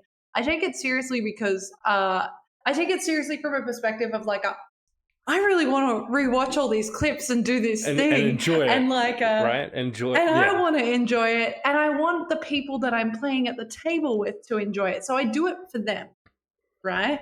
And the audience is important to me because they exist and they're there and they're supportive.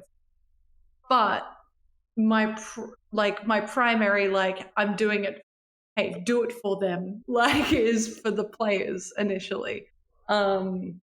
Because, that's what I like. But I learned that process when I learned very early on in Fate's Grip that I wasn't always the best note taker. And so when I went into fucking hell, D20, when I went into Echoes, I was like, it's going to be uncomfortable and I hate it, but I need to rewatch the things to make sure that I know my sessions and where we were at. And if I missed anything that was like, could have been a throwaway comment that I can turn into something else, that I can do that. So I rewatch every episode, usually once from start to finish, and then I will go back through. And it's usually I give it a couple of days to breathe. So we're monthly, right? So what I will, and not even a couple of days, sometimes I give it a couple of weeks. So like usually it's at the 2-week period where I go back and rewatch the entire episode. And then the night before or the day before, I will scrub through and revisit important points that are likely going to come back up the next day in the session. So watch it once, scrub through it a second time. And it's just to make sure that I feel like I'm still in the mindset of where we were the session before. Yeah. It's the only reason I do it. That's fair. Okay. What about you? I know you do a different thing. You watch them on stream. I do. So there's a bunch of this that is going to be further examination of how Emily and I are just the same person in different skin. Really. So I do. So one of the things I knew that I wanted to do with a tabletop RPG specific channel was make sure that there were edited, abridged, cut down versions of each session available for new incoming viewers to be able to more quickly catch up on the thing. Am I great at the consistency of actually producing those? Fuck no. But it is something I genuinely enjoy the idea of, right? So when I found all of you guys, there's nothing, or when, I stumble across something that seems really cool, there's nothing I want more than to watch back through the entire back catalogue and get caught up on where the story's at. But sitting down through 15 4-hour sessions, 60% of which is people umming and ahhing and rolling dice and arguing about mechanics, is not fun, right? So it's something I set out to kind of have, is a set of trimmed down edited stuff. So rewatching is obviously part of that. The other aspect is probably just from like the streaming stuff. I love finding cute little bits in the middle of a thing and like making those a little clip and putting them up somewhere for people to appreciate. Sometimes even at my own expense. And you do that so well. You do that so well, not just with your own channel, but with everyone's channels. Because the amount of times I think Dead Channel is a really good example. I went back through Dead Channel and I was like, fuck, I need to clip a bunch of things. And then I looked at the clips and you'd created like fucking 15 different clips or something ridiculous. And I was like, well, I don't have to do shit all now. It's a version. It's a version of that thing. I think Ham was talking about it before. That kind of being a champion of the players in the game. It's a post-game version of that, specific to the players and the people kind of involved in the shit that we do, doing it the way that we do it. Right? There is nothing I love more than clocking someone doing something absolutely hilarious or super dramatically cool and making sure that that is locked away for posterity, because it should be. Yeah. Right? Fucking Emily, you biting into that dude's neck was fucking rad, right? Immediately that gets locked away because it deserves to be. Ash, pulling her shit in the combat session, same deal. Absolutely 100% one of the coolest things I've ever seen. Brilliantly fucking brained out. Absolutely, that is getting put aside as its own thing. Get your own fucking boat, right? Same thing. Like, just a little throwaway comment separately to all of that, exactly the same stuff that you said, Em, in terms of my note-taking quality, right? As a DM, I've got my now kind of basic bullet points and stat blocks and stuff that might come up over a session. That's what I go into a session with. And then a little bit of a revisit of previous sessions worth of stuff that might be relevant, right? In that new one. Promethean. Yeah. Thank you. Yeah, pleasure. Exactly right. that rewatch lets me do exactly what you were talking about. One, make sure that what actually happened is settled in my mind, because we're terrible at memorizing stuff, right? We self-edit. Human beings are biologically shit at remembering the things that happen to them. And so it helps with that. And there are truly so many just little casual, innocuous throwaway comments that a bunch of my players have made that they are completely unaware have entirely upended plot lines and parts of the world and little threads that are being kind of drawn between things. And I don't think that I'd have as many of those in play if I didn't rewatch those sessions. That said, it's the same thing. It's a lot of time. I don't always get to do it or do it well, but I enjoy it. And I think that time thing is a big part for me. Like finding, like you said, it's a 4 hour, or 4.5 sometimes hour block of time to go. All right, I'm gonna sit down for this, and do it. And nope, it's like it's the next weekend. Yeah. Yeah. Do you know what's wild about that though? Is that when we're playing them in those moments, does it ever feel that long? Because I don't think it does. Most of the time, no. Because I won't lie, I leave every session of both of your campaigns, respectively, going, fuck, could have played for like another 2 hours. Like, why are we finishing now? There's probably only one Every session time. I've ever played in that I've been properly exhausted at the end of it, but it's because I was exhausted when we started. I think there's only really the one that I could think of where that's been the case. Do we require a new question? Hot off the press. I've got one. Yeah, didn't you write like 20 million of them? And hey, chat, here's your reminder. If you're hanging out in Meeples and Dragons or the Lawrites or Hexes and Vexes, doesn't matter which one, because all the chats are together. You can just drop a question in here. And wow, anonymous mouth noises. Do it again. And you can just drop a question in here. It's fine. I will make sure that these two answer it. Wow. Here's a question. This year, seeing as how this is a reflection of 2024,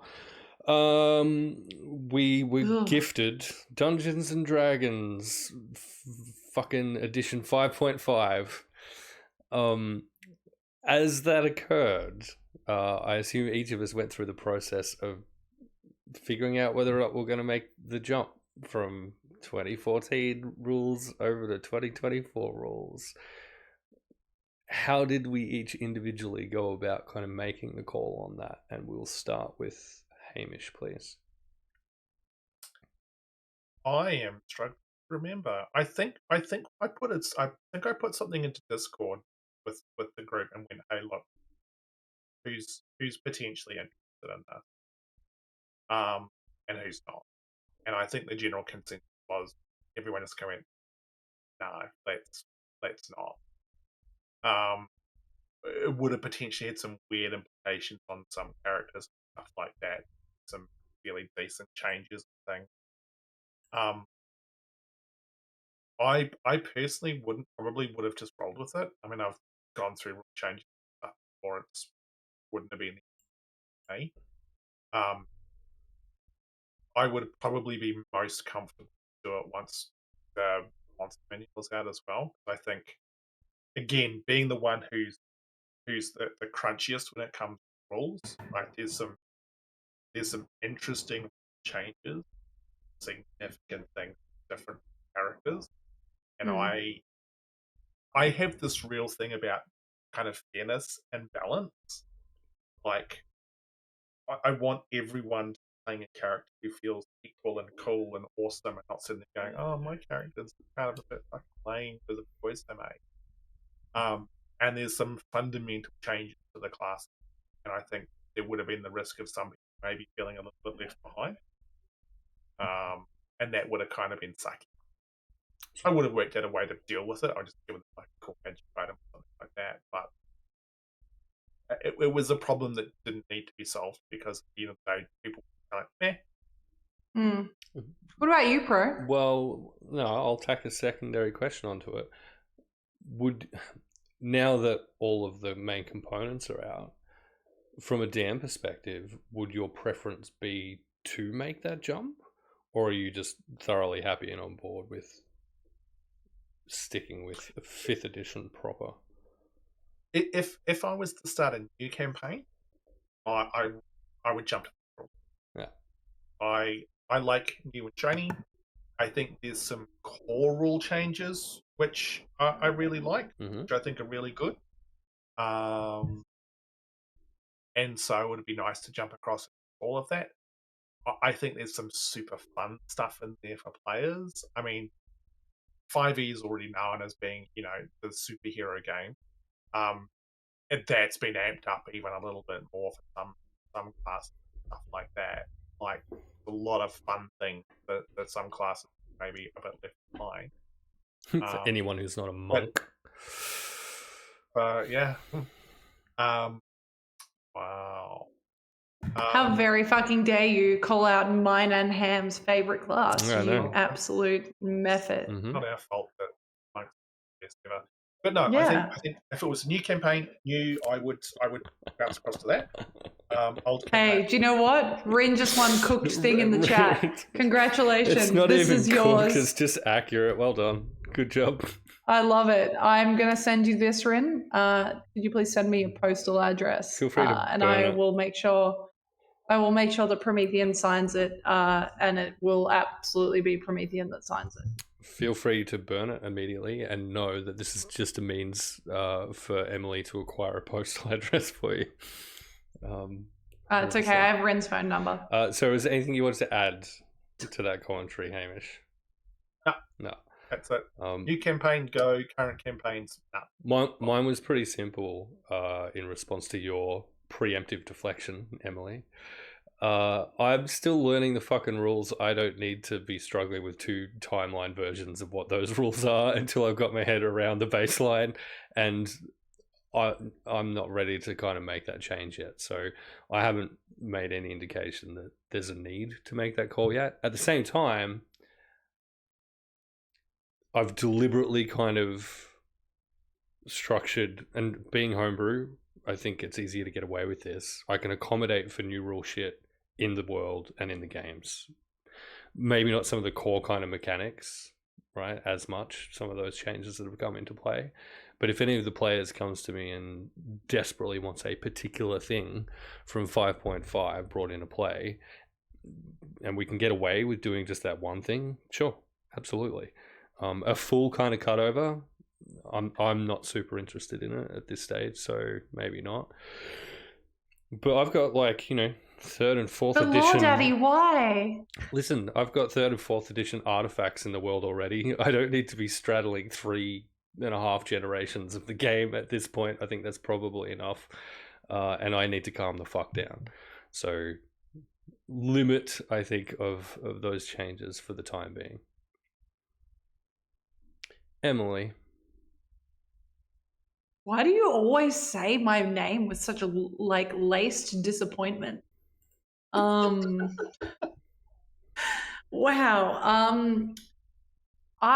This is something I'm realizing more and more. And it is probably a side effect of running one-page systems. So like Sexy Battle Wizards, and I'm about to go into Sad Vampire Boyfriend, and a bunch, and Dead Channel, a bunch of these different systems, right? What did I do? Fucking hell, bro. What did I do? Wow. Okay. Pickles, what did I do? But I think a side effect of that is realizing that realistically, D&D was the easiest rules system for me to put in place to deliver a story that I wanted to deliver. And it's because it's the one I probably had the most experience with, right? And the rules have always been a scary part for me. But the other side of that I need to give myself credit for is Last Hour of Dusk, for example, gave me an opportunity where I wrote entire spells and stuff like that were completely homebrew. And it comes down to the fact that I feel like I do enough of that bending and breaking of rules that exist as a whole, that I am not ready to cut over to an entire new set that I have very little knowledge of. And that's not to say if someone in the group was to come to me and be like, hey, there's this new thing that's been introduced in 2024 and I really think it would be applicable to my character. That is a conversation that I'm open to. But I don't feel the need to specifically be like, hey, we were playing this thing and now we're playing this thing. And that's what it is. Like, it's just it's fluidity to the system for me. Hey, Emily, there's this new thing in the rules that I think would be applicable to my character. It's called leveling the fuck up. Do you think I could have I've leveled you up more than you've leveled us up in Sword of the Skulls. So if you really want to play this game, we can. Is that actually true at this point? It is, yeah. Is it truly? Ouch. Yeah. It's not a competition. It is. But it's not, but it is. It's not. Hey, there's another question. We literally competitively started our campaigns. Don't even fuck with me. I know you left that out. It's like, guys, no. Guys, you literally you baited me, motherfucker. Hey, you two, make out. No, we've got another question. Wow. Okay, 3-minute break. We've got a question from Tammy. So for those who do the monthly campaigns, what are your thoughts, pros and cons, of going to fortnight? Absolutely no. Fuck off. No. I would not survive fortnightly sessions of Sword of the Skulls. Why? Because not all of, but a bunch of that stuff I've talked about kind of previously, that kind of default position of not taking it too seriously just in case I fuck it up. And the way I've kind of gone about, we haven't actually had this conversation about player selection, and that cadence, that monthly cadence, all of that is that I've got breathing room to, one, learn from shit as we're going along, right? Because I'm still absolutely learning, right? I still have no idea what I'm doing as a DM. And so each and every session, I am pulling stuff out of that hopefully eventually makes me better at doing that, right? Separately to all of that, my work is a beast, and I don't want to put the collective group in a position where something that happens in that part of my life ends up negatively impacting something that we're collectively looking forward to and have established as, something we're doing it. Also, I know from my perspective, just in general, as a human being who plays in a bunch of different things, I'm hitting capacity. And so I suspect that's probably the case for at least a handful of the players that I have in my game as well. And if I hit it, that's only going to impact the quality of the game and the fun that we're having. And that point is to have fun, right?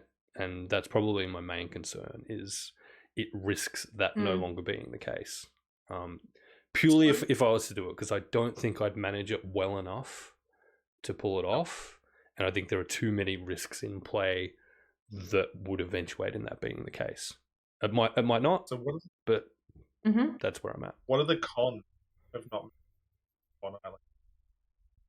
You talked about the pros. Hold on, wait. Hasn't he talked about the cons and not the pros? No, they're all cons. They're all bad things that can happen. Well, yeah, true. Sorry. Yeah, so you've got to talk about the pros. Yeah, good. Sorry. God, fuck. There's a zero in it. There's only one. There's a zero in it. It would be awesome. Hey, God, there's a zero in it. It would be truly awesome to spend more time in the world of Sonder. I would genuinely enjoy it. I think the players would genuinely enjoy it. Ash would be a little bit less rageful at the end of every session that we have to wait an entire month until we do the next one. Wow. Ash called out. And I think there would be genuine opportunities if we did it and we did it well, for the story to benefit as a result, right? Because you've got a deeper immersion into the world as a result of that. And I suspect, like, as a player for the like the Echo sessions, there can be a little bit of I don't quite remember what happened in the last session, but that also happens in the Radiant Shadows sessions, right? So I don't necessarily think the frequency of the sessions is the thing that makes that part of playing the game necessarily. But it would certainly ease up that aspect for all of us, I think. For sure. Yeah. Emily. Moving to fortnightly is a conversation that I actually started with my players when I started Hexes. When I launched this channel, fucking schematics, fucking Promethean, settle down. Was that fucking intentional, Emily? You don't know. Hey. Is this the dial-up ADSL all over again? Yeah, it is. No, I think you mean the sound of ADSL too. Which obviously makes a beep boop sound. But it doesn't. But look, moving to fortnightly was a conversation that I started when I started Hexes. And it was something I considered for quite a significant amount of time, even before Hexes. Promethean and I being the same person in different skin, is that my work is also incredibly intense. And specifically recently, the fucking music industry, holy shit. So that's an entire thing. The other side of that is that the concept of that was thrown out into the universe when I wasn't sure whether I had other stories to tell. And it's not from a content creation perspective. It's more from if my eyes are closed, I'm writing a story in my brain, or I'm thinking about a song, or like there is something that is, I don't remember the last time my brain slept and like wasn't alive, if that makes sense. And then within the space of considering that and launching Hexes, I wrote 3 miniseries very, very quickly, some of which I'd been sitting on for quite some time. And then there was another thing that I can't talk about that Promethean shaded me for before this stream started, or during the break, I think, that involved question asking. And that is a thing that I've been really passionate about for some time. So there's that. On top of, we already do Thirsty Thursdays and we play Baldur's Gate and we do a bunch of different shit, right? And it comes down to the enjoyment factor. I want to make sure everything that I put out into the universe is meaningful to me and the people involved.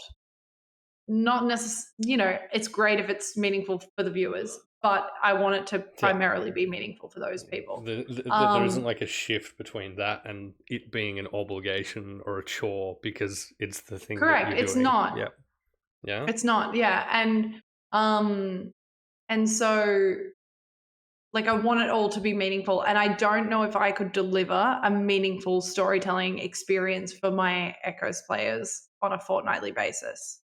I would love to be able to, but I genuinely don't think I could do that and also tell all the stories that I want to tell with other people at the same time. Hot. On which that is what note, it comes down to. And dipping back into compliment territory, this is a thing that you have done well even prior to the Hexes launch.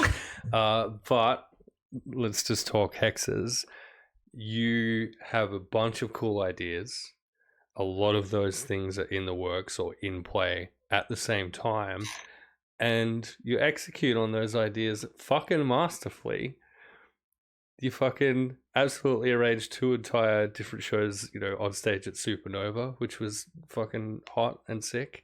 And then pulled one of those in for an entire prequel session to your existing campaign with a bunch of new cool players, which is just an awesome idea in and of itself. But the side stuff of that, one pager or not, you're still coming up with the bare bones of the thing, organizing the players for the thing, doing all of the production stuff and and GM hoodery of orchestrating that, and you do it well, right? So not only are you a natural as a player, running the shit just seems to be a thing that you're naturally good at doing. So well done. Congratulations. You want to know the secret to that? I can tell you the secret. Sure. Find people that can charismatically riff off each other, whether they know it or not. Because if you find those people, you don't have to tell the story. They will tell the story. You just get to direct it. Marvelous. Great advice. 100% no, like, because here's the thing. You can sit here and you can compliment me as much as you like. I guarantee you go back and you watch Dead Channel. You go back and watch Dead Channel 2. You go back and watch, we didn't stream Sexy Battle Wizards. Go back and watch that. Go back and watch anything I've ever done. Collate the amount of time that I speak versus the amount of time that I let the players speak. And it is incredibly fucking skewed. And the reason for that, shut up, Hamish. The reason for that is because if you find a group that can cohesively work together and you know that their charisma is going to work together, and then every now and again you swap someone out and inject someone new in, and you start to figure out what these puzzle pieces look like, it will all come together and you just get to A, enjoy it, and B, be the one to be like, yes, you do the thing. This is how you do it, and this is where it goes. Yeah, absolutely. Like, it's genuinely good advice. That wasn't a wind up. That is just actually the case. No, and I'm not trying to one up. I'm just saying, and there is a reason why you exclusively, Promethean, reappear in a bunch of my shit, and it's because you do that incredibly well. You have an ability. Fucking hell. You have an ability to be able to create a story or charisma with anyone I put in a thing. Stop that. And you do it with a different character every single time. It's never the same character, and it never has the same voice either. Sometimes the same character doesn't have the same voice. But wow, fucking hell, the shade. I'm incredible. But Hamish, you also do that incredibly well. And I have only had the absolute privilege of having you involved in maybe 2-3 things maximum. But you are so good at understanding the dynamic of a group, figuring out where you fit, and then understanding how to progress the story. It's really fucking excellent to watch. Hard saying to both of you, and I've said this flat out to the both of you individually. As players, whether I am a player with you or in the DM chair, that is something that the both of you do very well. And we talked about this earlier, the value of players that kind of get this and are capable of doing it, of recognizing those moments of lull, or of the need to create momentum and just doing that, right? You both do it incredibly well, and I love that.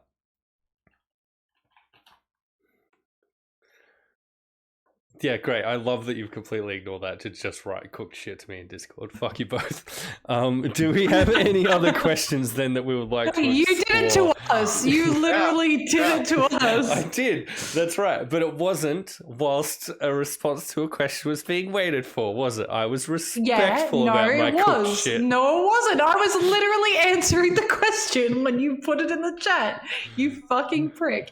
Hey, let's you asked about stop typing. It's a mundane question, as you were.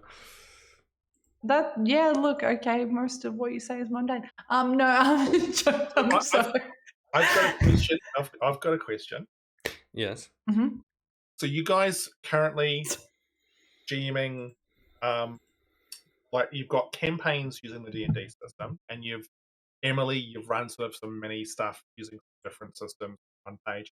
If you were to run another long-term campaign, like we're talking couple of years kind of thing, and you were going to change systems, do you have a system that you would like to try? Or a space that you would be interested in sort of exploring, like going more sci-fi or like something like that? Wow. Emily, why don't you start us off then, because you've got feelings. I knew the vibe of the answer to that specific part of the question, but I was not prepared with how it was executed, so thank you. And yeah, Emily, no, fair, because adding context to that would be, I think, fun too. I have a fear of space. So despite sci-fi not always needing to take place in space, it is a thing that I instantly get stressed over. And for that reason, it is a thing I would tend to avoid. I think I would be,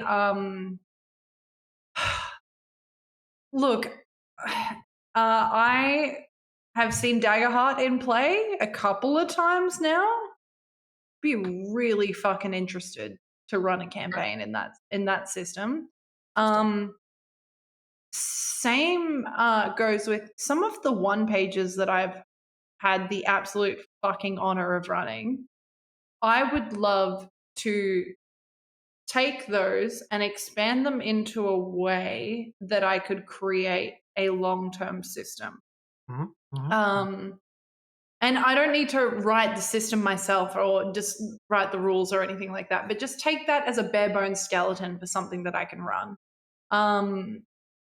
Because again, at the end of the day, I enjoy the existence of rules and I think it is important that they exist. I think that using them is important. But I will always be a rule of cool GM. Because if something is fucking cool, I will find a way to make it work either to or against the players. But I like the looseness of that. Yep.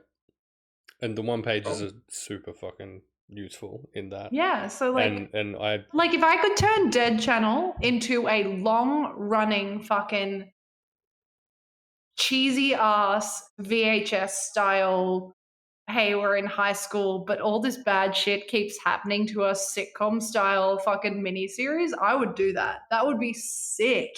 Yeah. I don't have the brain space for that right now. But like it is a thing that I would love to tackle. Cool. I think Promethean. I was fortunate enough to be invited to play Daggerheart over on the DA Dungeon channel for their charity thing, which was hella fun. And as a system, I love a couple of concepts of it, but I don't know that I want to throw it myself into it as the primary set of mechanics for a long running campaign. I wouldn't not. I think if I was like, if you asked me for a campaign idea right now and today, the thing that I genuinely want to do is take a group of people in like a sliders type scenario and they appear in everyone else's campaigns. And so I think shifting the mechanics of the session based on the host campaign in which those characters are appearing would be the way that I'd go about it. And I think that would be hella fun to do just in general as a thing.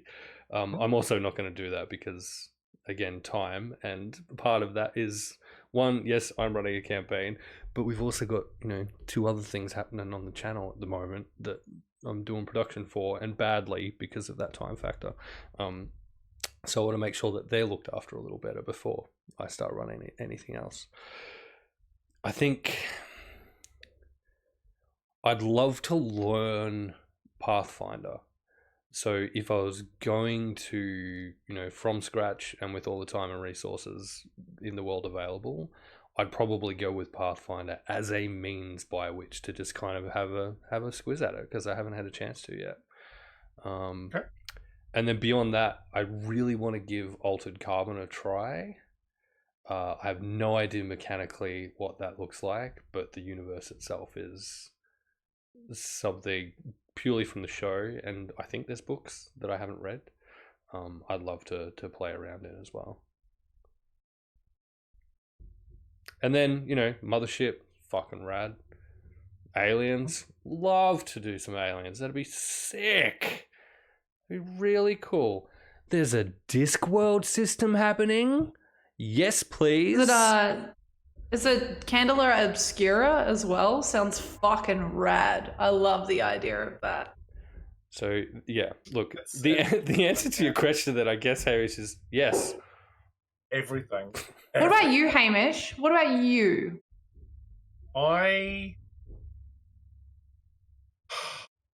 When Radiant Shadows finishes in 2039, I would love to run another campaign in the same world on a different continent using Chaosium core, which is basically the Chaosium rules.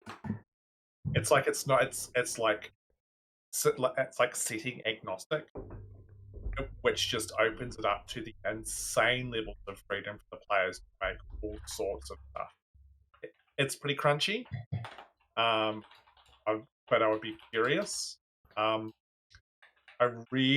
Aliens, like, dude, Pro, you and I, we need to sort something out around that. Could you do it off stream so that I don't have to listen?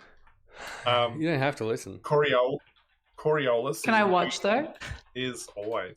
There's a new Coriolis coming out next year, which is a sci-fi system done by Free League, same guys as Aliens, which is super fucking cool. It's got a really interesting setting.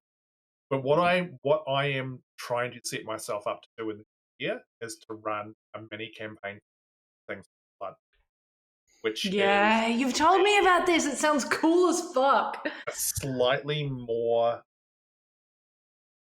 crunchy kids on bike where you play teams. There's the one before it, Tales from the Loop, you play kids. These ones you play teams. Death is a thing, and so think very kind of Stranger Things. Bit of a horror vibe to it, very kind of dark, gritty. I've got some ideas. There's even been a little writing going on, but I'd love to run like a little, like 6-episode. It sounds fucking cool. I've got some, and in fact, next year, February sometime, you might actually see me running. I've seen this. You might actually see me running a one-shot using that system with a group of people. Oh, that's pretty exciting. Space. But that would be me. But there's so many systems. But I think it's finding one for a long-running campaign is very different than like a one-shot or a 2-3 kind of little thing. There's a lot of extra factors, I think, which play into what makes an enjoyable long campaign. Yeah, sliders change mechanics depending on the host universe. Done. That sounds fucking rad, man. That sounds like super interesting.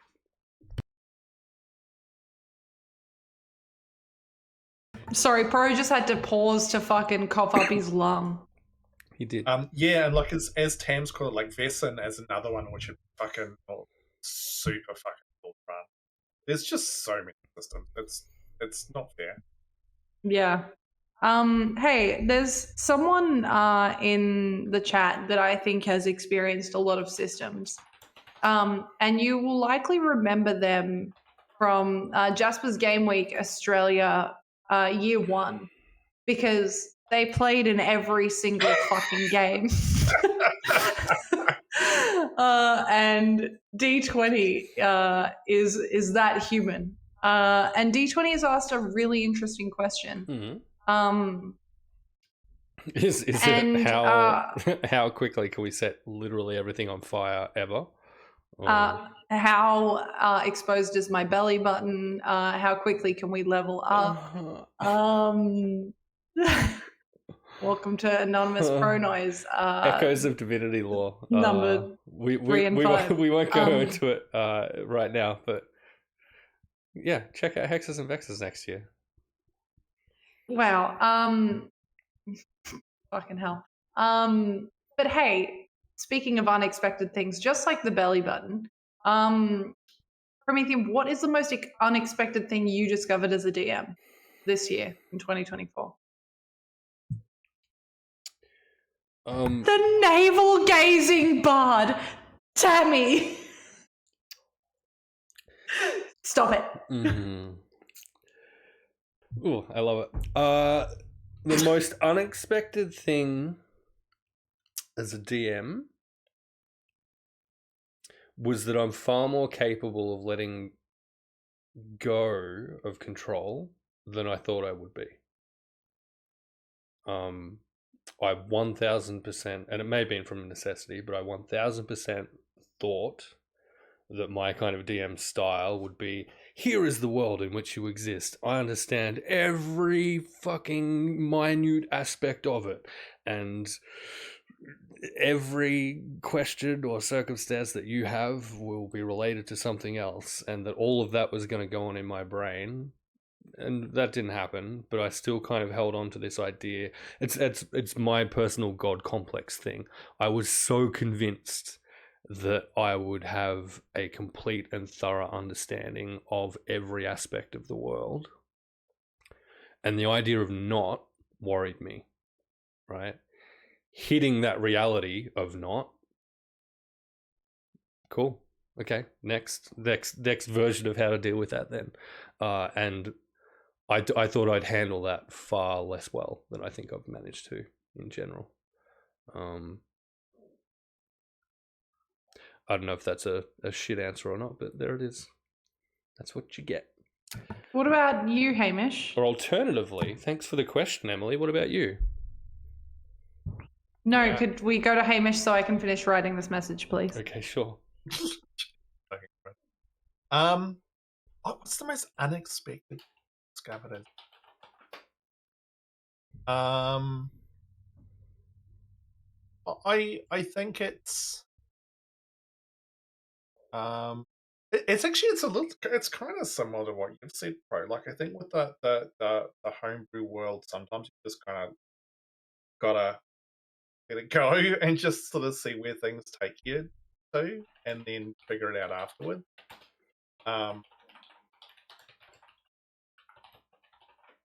Yeah. Could you stop aggressively typing for me? No. Yeah. Yeah. I don't know. My brain's starting to fail. So yeah, I feel like this is going to probably be the last of the questions before we. Yeah. This Wrap feels up like for the last question evening. territory. Emily, Feels like finish us off, Emily. I can in fact do that in both of you at once. But no. Wow. Hey, what have I learned? Nothing. Or what is the most unexpected thing? Nothing. You guys are all fucking predictable. No. I mean, cop out, very similar route. We spoke about at the start of this, like prep, etc. And prepping paragraphs and paragraphs and paragraphs and paragraphs, and then being able to turn it into dot points that I can just be like, okay, well, this is, yep, okay, let's go with this. And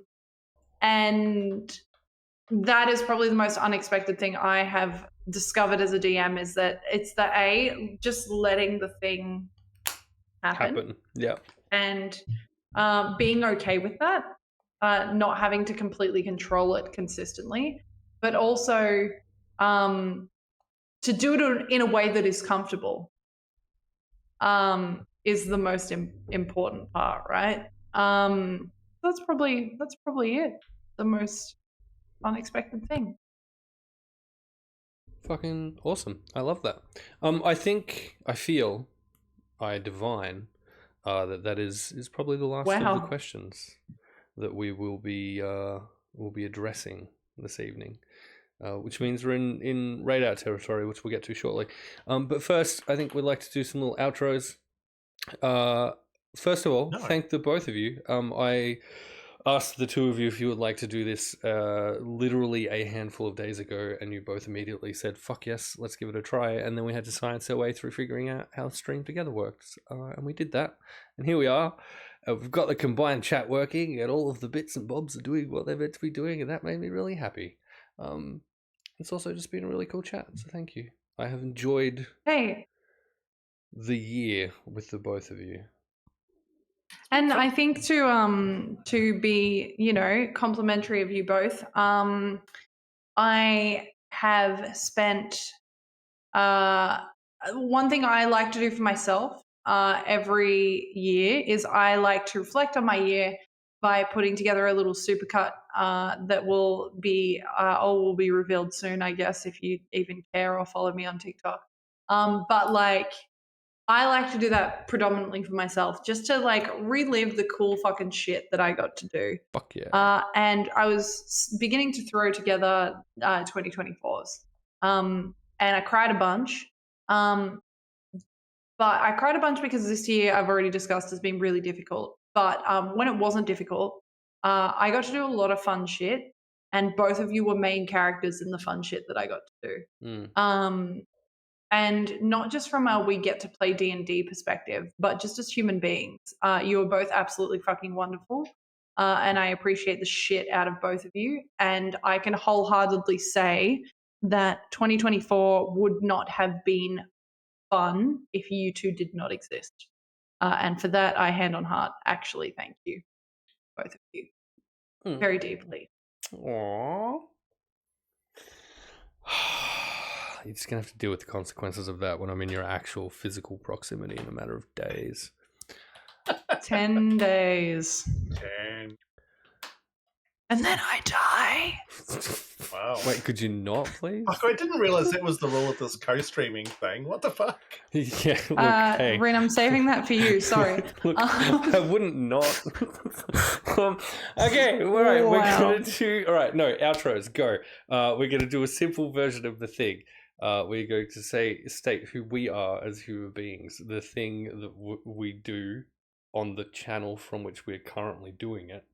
And then I guess a little, you know, good luck for 2025 message for the wonderful folk who I got a better idea. Watching. What?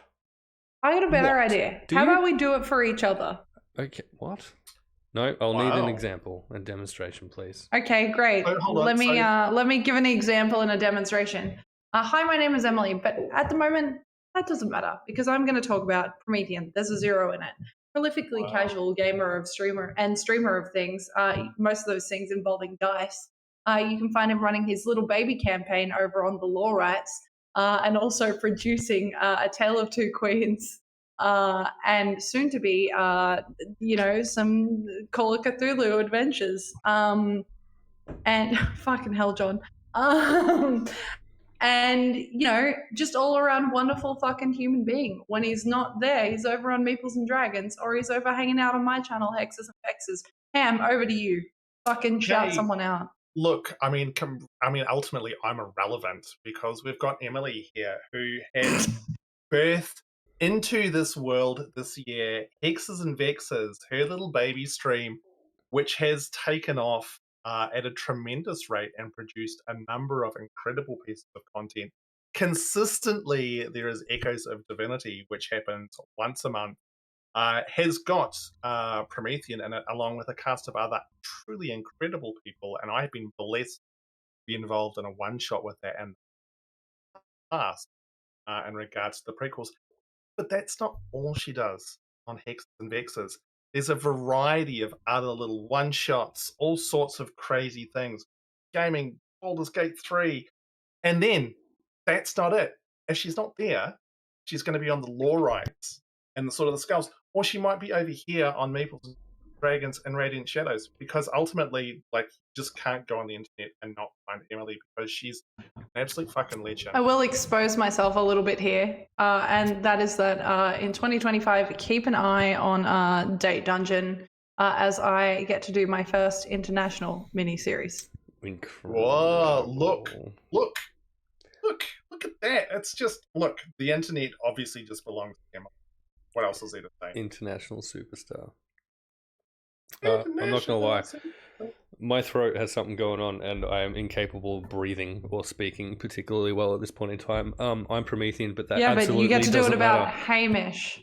That's okay, there's not much to say about me, so it's fine. Incorrect and invalid. If there is nothing... I have a question. Have you tried swallowing?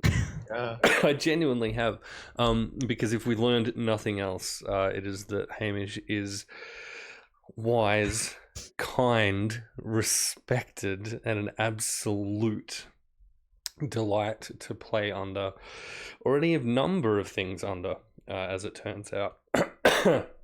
You'll find him running the Radiant Shadows campaign on Meeples and Dragons. You'll also find him playing in the Sword of the Skulls campaign on the All Rights. He's got some kind of little situation coming up in February next year as well. Well, Pro is actually fine. And despite the due reverence that we provide him for being the more experienced of us in these shenanigans, at least he can fucking breathe like a normal human being. Hey, we're going to raid out to Split the Party TV. Absolutely, thank you all for hanging out, listening to us talk crap about the fun stuff that we do, and how much we enjoy it. I hope that we'll see you hang out again next year, and that you bring all of your friends, because I think that would be cool. Have an awesome festive season. Play nice, be safe, do all the stuff. Correct. Fucking enjoy yourself. If you have an actual break over the next couple of weeks, take full advantage of that. Like, rest up, do cool shit, hang out with people that you like, avoid ones that you don't, is my advice. Peak advice. To the two of you, I don't know how rating works in the stream together thing. I assume it's okay. Well, you just do it, and I'm just going to transition to my ended screen. Fair. So you just count us in, baby girl. I assume it's I'm already doing it individual right now. grades. Ooh, incredible. Good night from me. I'm fucking outskis from my channel then. Good night. Good night, motherfuckers. Applesauce.